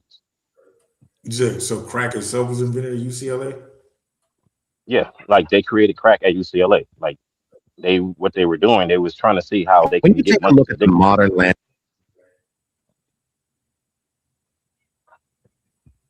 Right. They're trying Like to that's what? they were trying to see like if they can get like the monkey addicted to like a substance. So once they got them addicted to the substance, they knew that they can get the people addicted. And they've Yeah, been calling crack us is monkeys cool. forever. Yeah, but we don't have that gene. That's a whole nother topic. The Yeah, rhesus monkey exactly. gene. Yep, that's a whole nother topic. All right, I'm gonna throw this on. Let me know if it's echoing and stuff again. Okay. when you take a look at the modern landscape of the Black community, you will see a series of normalized tragedies. You see the single mother household not as a problem, but as a now normalized standard. You see the absentee father not as a missing part of the family, but as a statistical expectation. You see a multi-billion-dollar rap industry that glamorizes the very drug blocks and gang wars that took fathers and sons out our neighborhoods. To the people outside looking in, this looks like a cultural choice. It looks like a community that simply stopped valuing the stable nuclear family. But that is the ultimate deception. What looks like a current problem is actually the toxic, long-lasting aftermath of a war that started 60 years ago. And it is still damaging both the people's health and their communities today. The comfort with fatherless homes, the acceptance of the hustle, and the trauma bonding of the streets are the survival mechanisms of a people who were chemically and legally targeted. We are living in the legacy of the crack era, but that era did not start in the 80s. It started in the jungles of Vietnam. To understand why the Black family is in its current state, we have to go back to the moment the American government turned the Black soldier into a drug addict and the Black neighborhood into a profit center for the deep state. The dismantling began in Southeast Asia. During the Vietnam War, the United States military operated as a state-sanctioned drug distributor. This was the first wave of trauma. To keep Black soldiers functioning in a war many did not believe in, the Department of Defense issued over 225 million tablets of Dexedrine and other stimulants between 1966 and 1969. These were high-potency pep pills designed to override the human need for sleep and the human instinct of fear. When the soldiers crashed, the military handed out barbiturates to bring them down. By the time high-purity heroin appeared in the Golden Triangle, the American soldier was already a chemical slave. The CIA, through its shadow airline Air America, provided the logistics for the opium trade to flourish, supporting anti-communist warlords like Vang Pao. While the soldiers were in the foxholes, the CIA was ensuring the poppies were harvested and refined. By 1971, 15% of U.S. servicemen were addicted to heroin. when these men returned home, they did not return to the provider role. They returned as broken, addicted men to cities like New York and Chicago that were already being stripped of industrial jobs. The 1970s heroin epidemic, fueled by kingpins like Frank Lucas and his cadaver connection, was the testing ground. Lucas bypassed the mafia and used military channels to bring blue magic heroin directly into Harlem. This was the era that first institutionalized the missing man. The Vietnam vet father, suffering from PTSD and a drug habit he picked up in the service, became the first generation to be pushed into the shadows. Under the Housing Authority policy, a mother could only keep her public housing only if no able-bodied male lived in the home. This forced black men to become ghosts. They lived in the basements or the shadows, slipping in at night to see their children, while social workers conducted midnight raids to ensure no man was present. The government made the father's presence a financial death sentence for the family. The 1970s heroin crisis gave the state the excuse to declare the first war on drugs, turning police departments into occupying armies. As the 1980s arrived, the heroin market was replaced by the crack explosion. This was the most concentrated assault on the black family in history. The CIA, needing to fund the Contra rebels in Nicaragua after Congress cut off their funding, utilized traffickers like Oscar Danilo Blandon. Blandon flooded Los Angeles with cheap cocaine, which was then funneled to Freeway Ricky Ross. Crack was the perfect weapon of mass destruction for the family. Unlike heroin, which sedated the user, crack was a hyperstimulant. It created an immediate short-term rush that required constant, desperate need for money to sustain. It brought women into the drug trade and drug use in record numbers, leading to the mass expansion of the foster care system. The Crips and the Bloods, once neighborhood sets, became militarized franchises. They followed the interstate highways to the Midwest and the South, bringing the LA gang model to every city. The father was now either a dealer, a victim, or a prisoner. While the drugs flowed in, the politicians hammered the doors shut. In 1986, House Speaker Tip O'Neill and Senator Joe Biden pushed the Anti-Drug Abuse Act. They created the 100-to-1 sentencing disparity. If a black youth was caught with 5 grams of crack, he got 5 years. If a white professional had 500 grams of powder, he got the same. This was not a mistake. It was a filter designed to remove black men from society. In 1994, Bill Clinton signed the largest crime bill in the history of the United States at the time. It provided $10 billion for prisons and ended Pell Grants for inmates. It introduced the 3 strikes rule and truth in sentencing, which mandated that men serve 85% of their time. Parole was effectively dead. At the same time, the 1 strike and you're out housing policy meant that if a son was caught with a rock of crack, his mother and siblings were evicted. Mothers were forced to choose between their sons and their shelter. This is where the 18-year-old sacrifice became law. The current state of the black community is the result of these compounded traumas. The comfort with single-mother households is not a lack of values. It is the scar tissue of 3 generations of men being systematically removed by war, drugs, and prison. The gang culture we see today is the evolution of young men seeking the protection and brotherhood that the state-sanctioned removal of their fathers denied them. Even the music changed. The soul and funk of the 70s, which spoke of love and revolution, was replaced by a rap culture that by the late 90s was increasingly funded by the same corporate interests that benefit from the prison industrial complex. The hustle became the new religion because the legal economy had been closed to anyone with a felony record, a record that the 1986 and 1994 bills made nearly inevitable for young black men. The black family did not collapse. It was dismantled piece by a government that provided the drugs, militarized the police, and built the prisons. Today's statistics are not a reflection of black culture. They are the final report on a 60-year experiment in social destruction. Thank you for watching. Be sure to like, share, and subscribe, and leave a comment. Man, that was deep. Yeah. Yes, sir. Yes, sir. Crazy. Think about it. It is. And I've heard it before, but Crazy still thing. just Like what hearing it they'll do, right they'll now. get somebody that look like you. Yeah, I've heard it before too. It just puts it in a different perspective when you can actually see it. Yeah.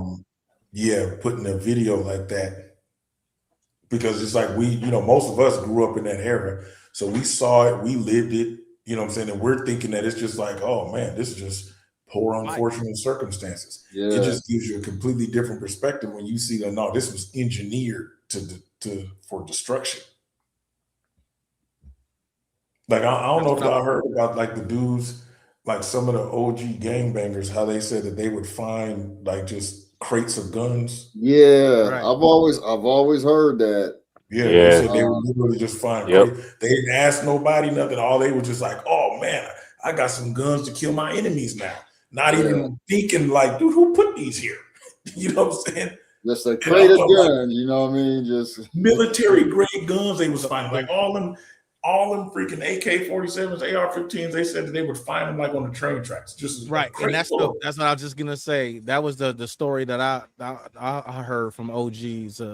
That one day they saw a train, because in LA you don't see trains, you see the tracks, but you don't never see trains. There's like a train pulled up in the hood. It was one train and it had one car, and the people jumped out, unhooked that car, and the train left, and they just left that train car there.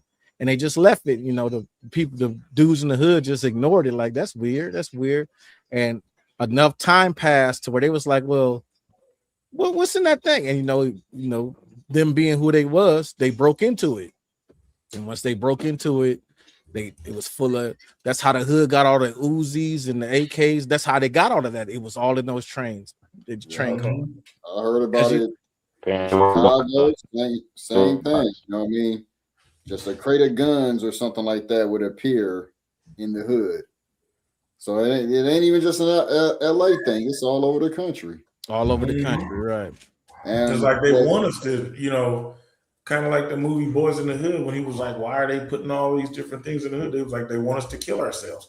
They was trying to tell us back then, you know what I'm saying, through pop culture, media, and all of that stuff, and movies. If we all remember back then, Men's Society, Boys in the Hood, South Central, all of these different like Increase the Peace type movies that's putting the gang, and even the Mexicans had it with American Me, Blood In, Blood Out. It almost kind of glorified it. Yeah, I think Boys in the Hood is probably the only one that really was like kind of like Increase the Peace at the end. All the rest of them things kind of glorified it. And if anything, it seemed like it probably motivated more kids to adopt the gang culture. You know what I mean? And especially in the music when kind of like coincided with it, kind of like what the video said. I remember when NWA came out, listening to Eazy-E, you know what I'm saying? And when you think about, some of the homies that you hung with in the hood, like listening to Eazy, it's like, oh man, this dude is rapping about the stuff that we see. You know what I'm saying? Or the stuff that is going on. So of course, slowly but surely, now you're hearing that play in all the cars. And then because you're hearing it play in all the cars, now other street dudes want to become rappers. Then all of a sudden, here come DJ Quick. And I think Ice-T was like one of the first ones. And of course, they was doing their other stuff in the Bay. And then, of course, they had their versions in the East Coast, you know what I'm saying? But most of their stuff, but the street rap wasn't really out like that on the East Coast compared to like on the West Coast. And it was just so in hindsight. It was different. I wouldn't say that it wasn't out, because I can't say for certain for a part of the world we didn't live in, but they had their hood stuff too. That was just, we couldn't relate to it because it was their hood. Like, I don't know if you remember, but Darnell and Gayuka, we used to put on Pac, and we used to call him Pastor Pac. I don't know if you remember that. Yeah, we used to call him. I remember we used to call it gospel or something like that. I don't remember calling him Pastor Pac. We used to call it gospel. But I think you did make a good point though, because a lot of that music was considered underground out here. So I'm pretty sure they had their own version of that out there. Right. You know what I'm saying? So because like, I don't know if you remember like Brother Lynch, right. And a lot of them dudes was like underground, like King T, you know what I mean? A lot of that junk was underground out here. Like DJ Quick originally was underground. And then he finally, like DJ Quick was just dope enough to where he became a bigger name.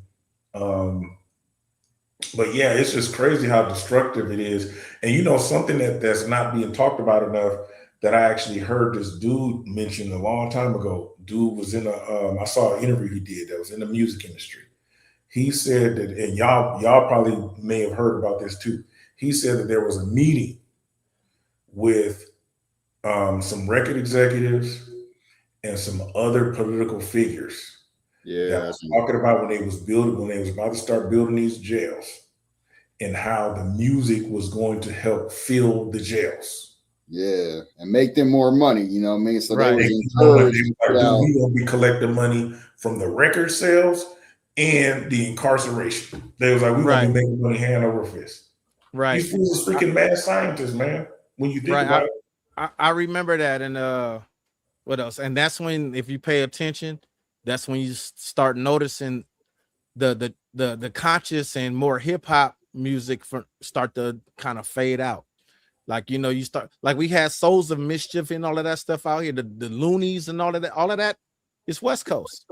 Mm-hmm. And that gradually faded off. And now everybody's like, got the Glock, want to pop, that's everything.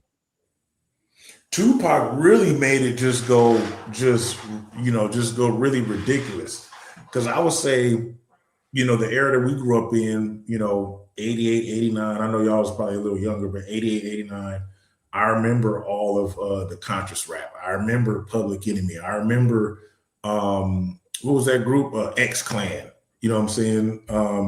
I remember the whole, what was they called? De La Soul. Like, because De La Soul was a part of a crew. It was called Liquid Tongues or Native Tongues. Oh, yeah, I can't remember.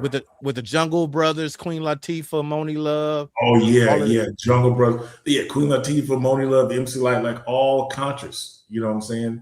And we even had a few on the West Coast that was considered conscious, but not that many compared to the East Coast. Like most of the East Coast stuff was like real conscious.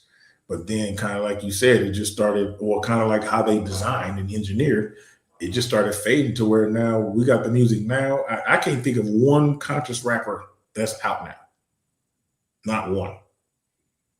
The only one that I could think, maybe, if you want Kendrick is considered conscious. I was going to say him or J. Cole. Him too. They both consider conscious. But I was like, other than that, I can't. And I'm pretty sure there's some like that I've never heard of because I'm older now. You know what I mean? So I'm pretty sure there's a ton of artists that I've never heard of that my kids know. But as far as mainstream that everyone would hear, you know, young and old, I can't think of any except for like Kendrick and I wouldn't even consider Kendrick conscious on the same level as it was back in the day. You know what I'm saying? Like Kendrick ain't X-Clan. Kendrick ain't Public Enemy. You know what I'm saying? Like that was like real conscious, build your community type rap. Whereas Kendrick, it may be, I think he's a great artist and it may be today's version of conscious, but you know, when you think about the beefs that he sparked and all of that, it's like, I wouldn't say he's conscious like that. The only reason I was thinking like J. Cole is because even though J. Cole was originally finna do the smoke, he was like, man, it ain't even worth it. And what's crazy about our culture in the Black community, everyone dogged that dude for doing that. I give him mad respect for doing that. And for bowing out of a fight. And that's where it's at. You know, these kids are afraid to bow out of a fight. Yeah. Yeah. Because what's crazy is he just understood, like, dude, this one, I think he did it because one, it really wasn't his fight. Two, that just wasn't really his character towards someone who he considered a friend. Yeah. You know what I'm saying? He was like, dude, I mess with you, dude. Like, why would you throw that what you throw that at me for? But I think he realized that it wasn't even about him, it was just about Drake. I think that's the real reason he probably bowed out. But everyone still trashed him though for doing it. I gave him mad respect. I'm like, dude, that's mad. You know what I'm saying? To me, it takes a much bigger man with bigger balls to do what he did publicly, knowing that he was gonna get ridiculed. And he stood on that too. Like he didn't be like, all right, well, let me just go ahead and he stood on, like, dude, no, this is it. He did put out that other song. I don't know if you heard that other song where he basically was explaining like, hey man, I wasn't finna lose no battle, but I just want to put it out there. Like, this is why I did what I did. It was a pretty dope song. He was like, man, I wouldn't have lost a battle. I would have lost a bro. That's basically what he was saying. He was like, dude, I was finna lose a bro. And it wasn't worth it. Because in my opinion, I think J. Cole would destroy Kendrick lyrically. I think Kendrick is the better artist when it comes to artistic music. But I think J. Cole lyrically is cold. I don't even know now, man. J. Cole is like my son's favorite artist, so he always playing J. Cole, and it made me become a huge fan. So I've listened to his lyrics, and plus, I've been on Kendrick Lamar even from back in the day, and I listen to both of their music. And Kendrick, like I said, he's a dope artist. He's like kind of like Andre 3000. Now Andre 3000 is a dope artist. He got dope lyrics, but he's a dope artist. But you wouldn't say that Andre is probably better than like Black Thought. You wouldn't say that he's probably better lyrically. You wouldn't say he's better than Black Thought, maybe Nas or something like that. I would say he's better than Black lyrically? Thought. Yeah. And Kendrick, I would say he got a little too artistic, and he became, to me, and I was really on Kendrick, back in the day, but it became more like spoken word to me and less of rap. You know what I mean? I don't know. I think J. Cole became the better artist. And I don't listen to neither nowadays, to be honest with you. Not at all. I haven't. Kendrick's last album, it may have got one spin for me. And you talking about GNX? Yeah. Yeah, everyone loved GNX. I'm not a big fan of GNX like that. I still like Good Kid, Mad City. Like that's me too. That's my top Kendrick album right there. GNX is cool.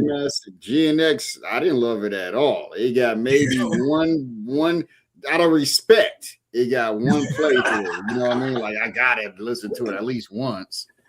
But even my kids, man, they are not Kendrick fans at all. He's not their generation at all. You know what I mean? Kendrick is old to them. Yeah, he is. He's like the end of our generation. Yeah, I should say, like we were just starting to get a little older, but when he came out, so he's like that middle generation. GNX, man. When I listened to it beginning to end, I was like, I'm not really rocking with it. I said it's a couple of cool little songs.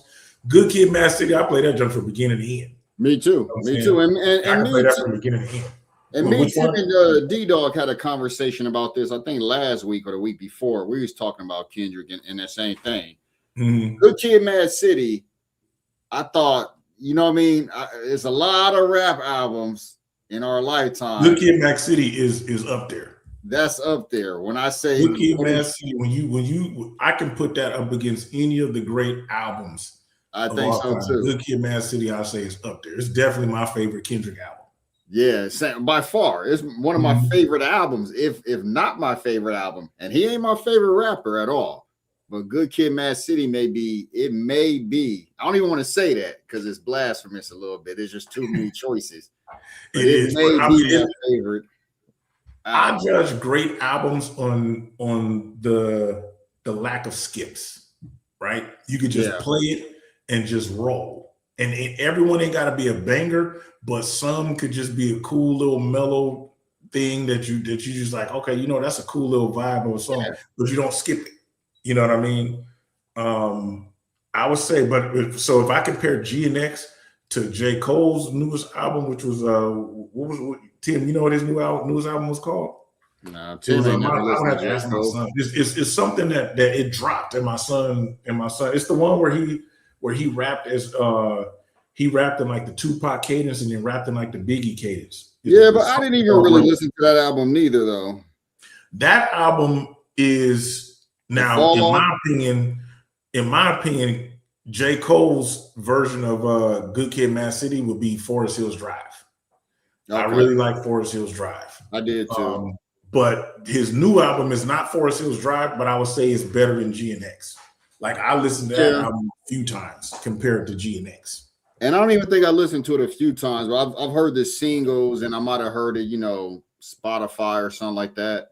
Yeah, I rarely listen to rap nowadays, to be honest with you. I listen to it, but it's most of the old stuff. Yeah, Like most of the old stuff is what get played. Like I play OG Kanye, like the College Dropout. You know what I'm saying? What's his second album? Late Registration. I play those two. I'll play Good Kid, Mad City. I'll play, but it's really songs because I got a playlist and I have like a lot of songs from different albums from back then that I have all on my playlist. Yeah, like you know, I don't know if you got Spotify. I got Spotify, and it pulls your top songs of the year. You know what I mean? Stuff like that every single year. Mm-hmm. And my top songs in 2025, man, a rap song don't appear to like. And this ain't. This is, you know, I get down to like, damn. I get down to about 30, 35 songs before a rap song appear in my tops. So what's your top genre? It's R&B. My R&B top artist last year was Leon Thomas. So Leon Thomas was my top, and he got he got like 2 songs in my top 10. No, he got 3. So it's more R&B. It's all R&B. You know, I got The Weeknd in there still. And I play that when I work, so that's why that, you know what I mean? That's been, I don't know why, it's just my work album. Mm-hmm. What's your top the first rapper that appears, and this is like number maybe, and these are just songs. These are just songs. So out of all of 2025, the first rap song that appears by a Mexican rapper. And I remember I used don't tell me what's his name, Pitbull. Nah. Oh no, what's that other dude name? The dude who performed that Super Bowl. That's that Bad Bunny, Bad Baby. Bad Bunny. Janelle talk about Mexican OT. That Mexican OT. That was my first rap song that appears. What song he sing? He had a song. He from Texas. He sound black with a Mexican accent. He sound a little black. That's some of the criticism they give him. Oh, okay. He sounds too black. But so here's a question, especially for Tim, since he's the music guy. I would say since we on R&B, because I love R&B too. Who's y'all's top R&B artist all time? All time, shit. I don't have one. Yeah. I don't have a top anything of all time. It's hard. When it comes to music for me, I'm more of what's the word? I don't want to say Tim's never been a big listener of music. But it's actually the opposite. I'm a huge listener of music. I just have a particular taste. Like for every genre of music, there's a song that I'd be like, that's the joint. That's the joint. That's the joint. Yeah. Like Janelle can tell you, I remember, he may not remember, but I remember distinctly when I stayed in the apartments, I was in the room, but I don't know what I was bumping, but I was laying in the bed by myself. I was singing all loud and shit. Janelle came in, was laughing like, what the hell you in here doing? But so for me, it's always been about how the song, the emotion that the song conveys, because that's how I write music. So if there's an emotional connection to the song, I love it, even if it's in a negative light, you know, because like a lot of my favorite rap music, like when we was coming up, it was the disrespectful music, like if a chick eat a said skeet up. That was, I love it. You know when I met you last night, when I met you last night, baby, before I love it. You know what I mean? So you just rock with all music then.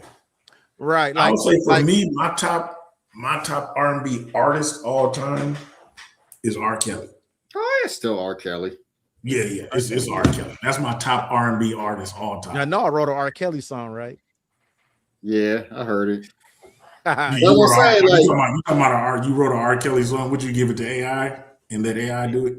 and it's singing in R. Kelly voice too. I got lucky that it just so happened to generate his voice, and it sounds it sound like R. Kelly song. You know, it's a trip that one that Jason, that dude, that AI dude that Jason told us about. Yeah.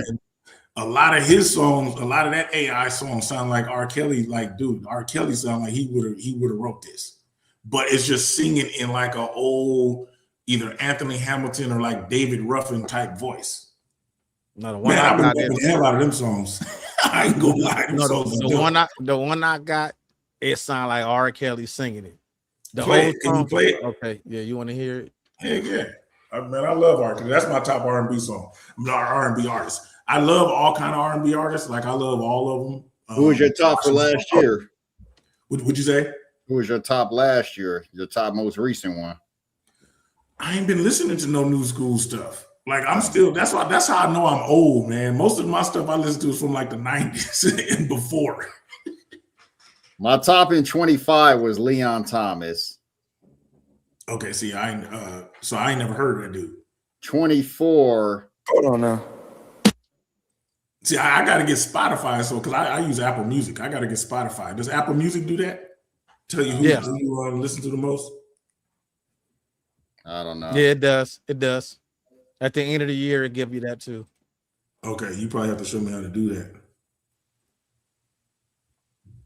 All right, here go I'm a mute so you don't echo. All right.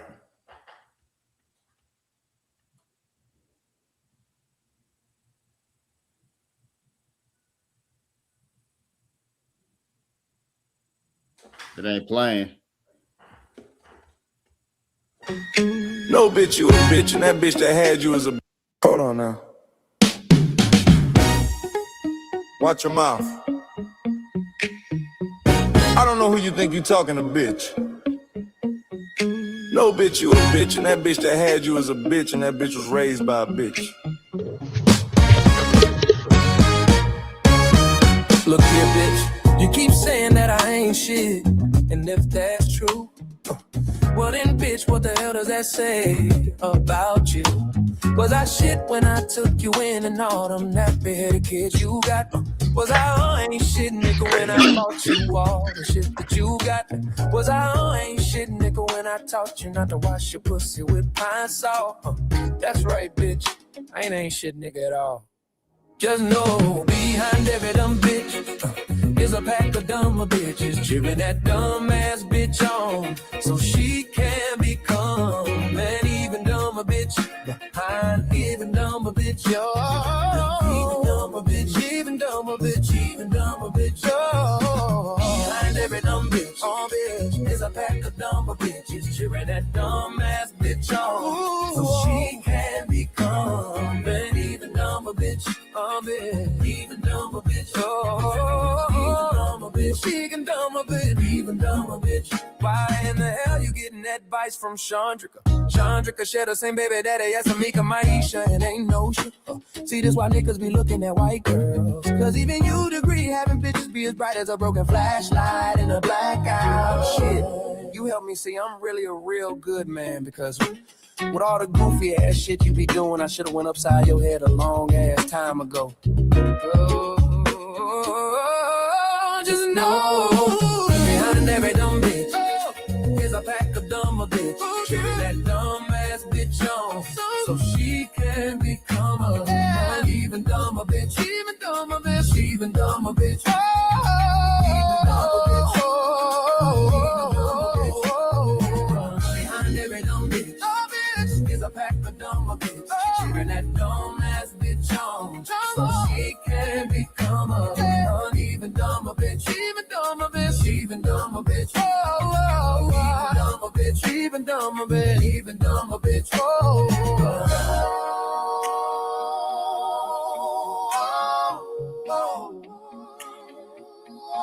your shit is out the door. All your shit is out the door. I can't take your damn out no more. I done found me a brand new hoe.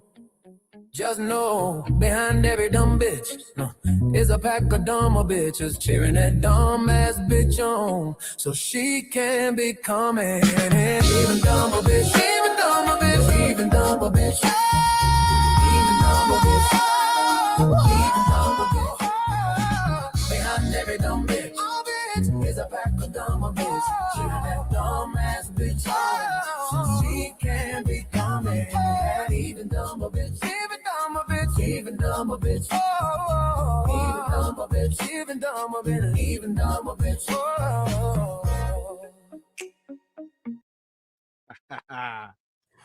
He even got the name T. Kelly up there, huh? That's my name. Yeah, I know, but I'm just saying it's just like with the coincidence. It's T. Kelly. No, look, the lied Piper. The lied Piper instead of the Pied Piper. Yeah, I saw that. Welcome to the Ken enjoying the show. Yeah, the boy is on here. He had something to say in the comments, but it didn't come up on this app because he didn't put it on YouTube. But go ahead, was on son. Facebook.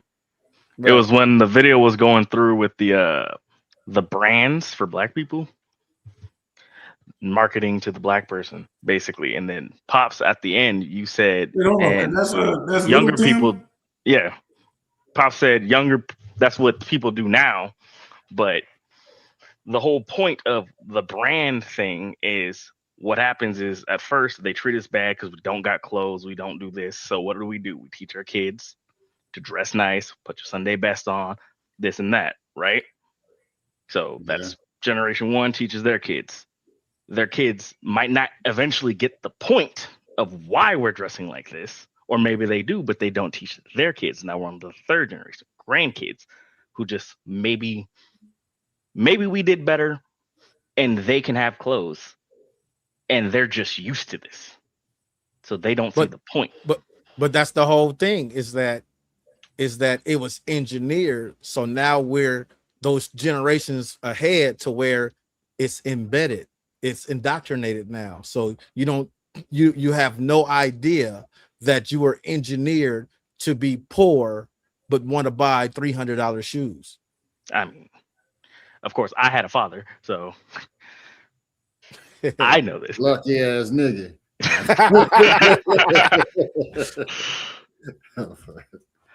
But of course, well, that's Sunday's best, man.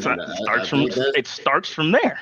Yeah, but that goes back to that mentality of like a lot of people are taught before you leave. Don't you leave this house and look raggedy because you represent me and the family. You know, and the further you go back, it goes to you represent all of us, and that one of us represents all of us. Kind of still lingers on to this day, which is why so many when I talk to white people, you know, I got some white friends that I had discussions with, you know, they have that, well, if black people would just do this, and it's like, dude, that was what that person did. You know, when you look at like even with the crime that happens, when a black person commits a crime and it's on the news, see, look at this is how they are. But when one of them do it, oh, that guy's just crazy. He just has a mental illness. So the perception of us is different because they have also been indoctrinated into a certain belief and perspective. Yeah. To where one of us represents all of us, which is why they hate Obama. But see, that would happen with any group, regardless of race, when that group is not the majority. Yeah. Right, stereotypes. Like to this day, most people believe all Chinese people know karate. You know what I mean? I don't think people to this day. No one. When we were younger, we did. Right. They probably know that karate shit. But those type of stereotypes exist still. Well, you believe all Asian people are Chinese or Japanese.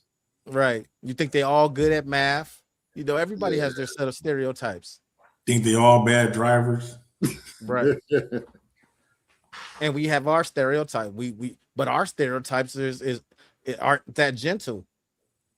Our stereotypes is we all drug addicts, criminals, you know, to the point to where I'm pretty sure all of us in this panel have experience going into an elevator and they clench the purse, you know what I mean? Or walking down the street and they cross the street because you walk like I didn't even think about it. And the fact that you noticed that happened recently, didn't it? With me and you, John, that we were together. Yeah, we was like, Yeah.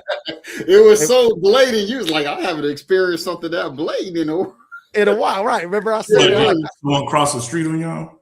She just avoided us like, real noticeably. and I noticed it right off the bat. I was like, damn. I noticed that. Tim I said something right. So I was like, damn, I ain't seen that in a minute. I ain't seen that level of racism. Like I ain't she seen was that. like Indian or something. Yeah, she was exactly. She was like Indian. She was like just as brown as we are. Let me ask you this: did you have that do-rag on? No. No, we were dressed. I would across the street too. Like, oh man. No, we were dressed in it was casual broad daylight. It was broad daylight. We were in a like it was like a it's called a village. Yeah, it was like downtown. a promenade type area. We were right downtown. It's literally hundreds of people outside. Literally hundreds of people outside. And we just went and got something to eat and just was like, I told John, after we ate, let's walk around, get our metabolism going on. So we just walking around, looking at the buildings. It's a lot of historical stuff. We looking at buildings and stuff. And then we went to cross. We on one side of the crosswalk, pressing the button to cross. She on the other side, and we just looking, talking or whatever. And then when the light changed, she go all the way damn near out the crosswalk to walk around. It was extremely noticeable because there was another white girl crossing with her, and she went on the outside. Yeah, she did. The white girl didn't move. The white girl walked past us. The other girl walked all the way. I saw this comedian who had a joke about that being on the elevator. I don't know if y'all seen him before. He walked into the elevator. He said this white lady started clutching her purse. Yeah. And he said it made him feel some type of way. You know what I'm saying? He was like, I'm pulling, she pulling. You know what I'm saying? Like, lady, just let go of the purse, lady. Well, Tia played one earlier before you got on, the white lady gonna clutch her purse. And I was offended, like, you stronger than me. Why would you think you stronger than me? When black people cheat, like we dip off with somebody else. No, that's not it. Where is it? The one I'm talking about, it was from a guy who was a little bigger. He's actually really funny. I went a couple weeks ago to the comedy club. That shit was funny as shit. Who was it that you saw? Nobody super famous. We went to Chocolate Sundays. Those be the best ones. All them comedians that be hungry, man. I was ready to leave because I was just getting a headache from laughing. I was like, you know what, I'm through. Let me take my ass outside for a minute. We dip off with every experience that I've ever been to where I went to, and there's a bunch of no-name comics, even if there was a headliner there, California is a strange. Go ahead, Tim. I found it. California is a strange place, man. I'll be seeing black dudes with white women every day. I'll be like, do the police know about this shit? Because I'm from Mississippi. They catch you with a white girl, that's possession with intent. They will lock your ass up. White women scare me. Because they racist in a whole nother kind of way. Bro, you ever be walking down the street and you see a white lady walking towards you and then she clutch her purse? Ain't that the most offensive shit ever? This bitch thinks she's stronger than me. What the fuck? Give me that shit. You see how easy that was? You are a vegan, Allison. You don't even eat meat. You think you stronger than a real nigga? Look at the white lady. I never thought about that. That was funny though, because he did. She's stronger than me. When black people cheat, like we dip off with somebody else, we like to go to white establishments. Because we know ain't no black people there to see us. That's all I be on. I was with this girl one day. She was like, why you got me at this medieval castle?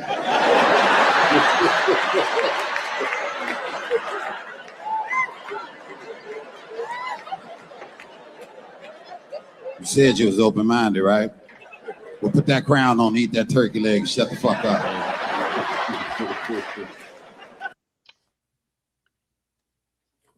Shit. But yeah, this society we live, we're gonna have to do a show on that. Now, I actually talked to Jamal because Jamal wanted him to get on the panel when we talk about interracial dating and all of that and how that goes down.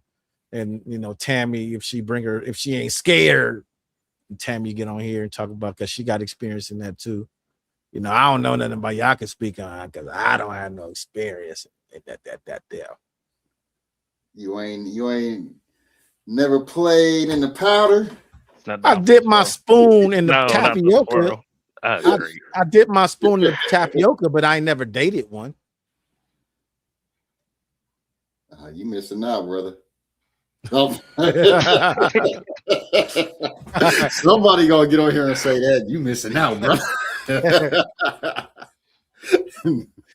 You know, I always say my mama traumatized me because you know both my parents left Jim Crow to come to California. So you know, my mom was always like, you know, you can love whoever you love, just as long as you know that at the end of the day, when the police come, you black and she white. Is that why Grandma always used to ask me whenever I was talking about a girl? She'd ask if they were white. Absolutely, because she'd always ask. She wouldn't say that. She'd be like, "Is it a white girl?" That'd be the first question. Well, but that's because she grew up in Jim Crow. She literally grew up in a society where black boys were killed for that. Yeah, no. That's also why she didn't let me have no toy guns. Nor I. And you know what we lived through that goes to her point? Tamir Rice. You familiar with that story about Tamir Rice? So Tamir Rice was like a 10, 11-year-old little black boy playing in the park by himself with a toy gun. Yeah, and the police got a call that said there's a kid out here with a gun, and they didn't ask no questions. They just rode up and shot him. Yeah, I think you've told me that before. I forgot the name, but I definitely think I've heard the story. Right. Yep. So that goes right to your grandma's point.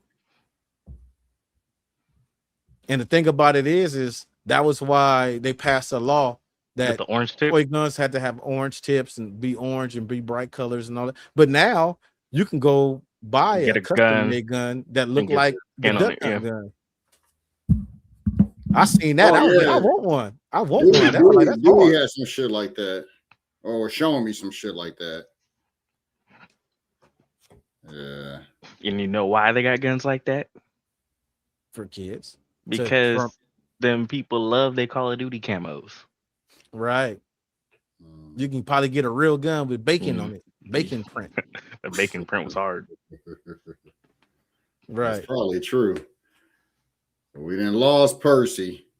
Yeah, he fell off. Percy fell off. I think Meech got a call. But you know, this was a good live. We had 2 hours and 13 minutes. All right. Y'all looking old. What? I said y'all look old. Well, guess what? Right there behind you look like you fall in our age group. Nah, I ain't got no salt pepper yet. You are 2 years away from being 3 decades old. Okay. It sounds different when you say it that way. Huh? You gotta say it like that. Yeah, 30 don't sound the same as 3 decades. 3 decades sound old. Sound rough. You go ask Adeline if you old. Nah. Nah. See, she will be like, "You're not old, Dad," because she's daddy's girl. I asked Tommy. Yeah, you old. You closer to our age than our kids' ages. Huh? Yeah, you closer to our age than our kids' ages. They're your brothers and sisters. No, yeah. Well, Kai only 8 years behind him. Yeah, but Van ain't shit. Van is Tyler age. Yeah, that's because I had kids weird times. Because the age gap between me and Tyler is crazy. What is the age gap between you and Tyler? 15 years. And what is it between you and Tamaya then? 19 years. Yeah, so My daughter's in between. You closer to us than you is to your sister. I mean, has he told you the whole breakdown for this? Because it gets weird. I don't know. Oh yeah, because you tell him the whole breakdown? Tamaya is a year younger than her niece. Than my daughter. Yes. Yeah, no, I know like, that. Like Krista and Angie. Angie, yeah. The fact 19 years between you and your youngest sibling. That's not my youngest sibling. No, it's not. Oh no, huh? Because Angie got like a 1-year-old. Yep. Effectively 27 years. It's 26, I think. Right. He old enough to be his youngest sister's daddy. Shit. Youngest sister, second youngest sister. Let's start at Tamaya. Yeah. Tamaya too. Yeah, he old enough to be Tamaya's dad. Yeah. It's a bigger age gap between him and Tamaya than him and you. Yeah. Barely, but yeah. It's about 19 years. It's just 1 year. It's a 1 year different, yeah. So how old was you when you had little Tim? 18. 18? Mm-hmm. Didn't you turn 19 that year? Isn't it effectively a 19 year? At the end of the year, the very end of the year. But I was already around, so yeah. Yeah, so you were born. Yeah, you were born in 98. So at the end of 98, I turned. So you was just fresh 18, damn near 17, while she was pregnant. Yeah. I mean, I turned 18 10 days before Adeline was born. She was. I was 17 when she got pregnant. Yeah, that's what I'm 17 saying. when she got pregnant. Yeah. Yeah. All right, man. I'm about to hop off too and take my ass home. I'm still at the office. Yep. All right, everybody that's stayed tuned in. I appreciate all of y'all. Make sure y'all hit the like, and it really helps a lot with the algorithm. And be on the lookout for a game talk. Yeah, I was just gonna say that. Be on the lookout for a game talk. Me and Tim got our little show, Game Talk with Tim and Tim. Yep. All right, so we wrapping up. Yeah, it's 2 hours and 15 minutes. All righty. I know y'all don't want to go 3 hours. Nah. So, I'll just keep an eye on the text messages because there's a lot of stuff in there we didn't touch on, so we can touch on next week. The man of character, the woman of character versus the man and woman of substance. I actually want to do that interracial joint and see, the proponents and the opponents, or the people that see it as, the destruction of culture versus an amalgamation of culture stuff. You know what I mean? Mm-hmm. We can touch on that, and there's a bunch of other ones in there that we can get on. But everybody, we here every Tuesday on the Average Black Man Show YouTube. Anybody on my Facebook, go over to the YouTube and go to the Average Black Man Show. Hit that like, share, and subscribe. It would be greatly appreciated. Let me share that screen so y'all can see that. Hey, Pops, when you gonna get the bald?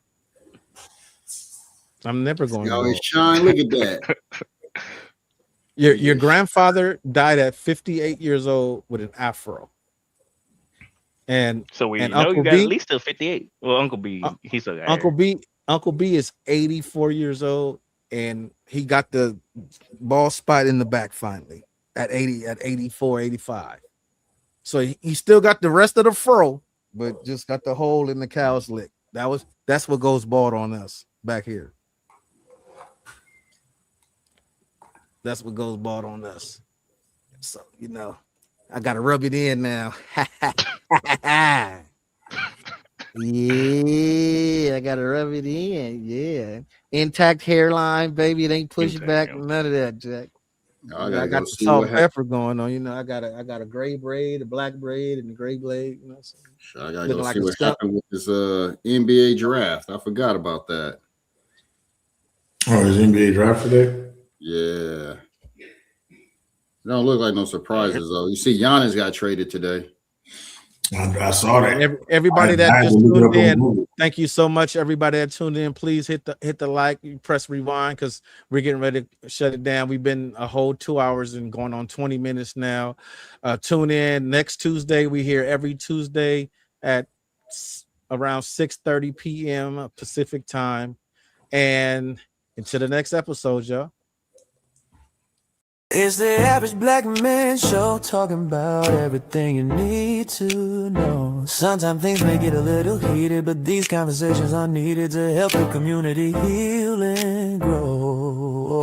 It's the Average Black Man Show, talking about everything you need to know. Sometimes things may get a little heated, but these conversations are needed to help the community heal and grow. Thank you for watching. If you enjoyed the show, be sure to like and subscribe to the channel.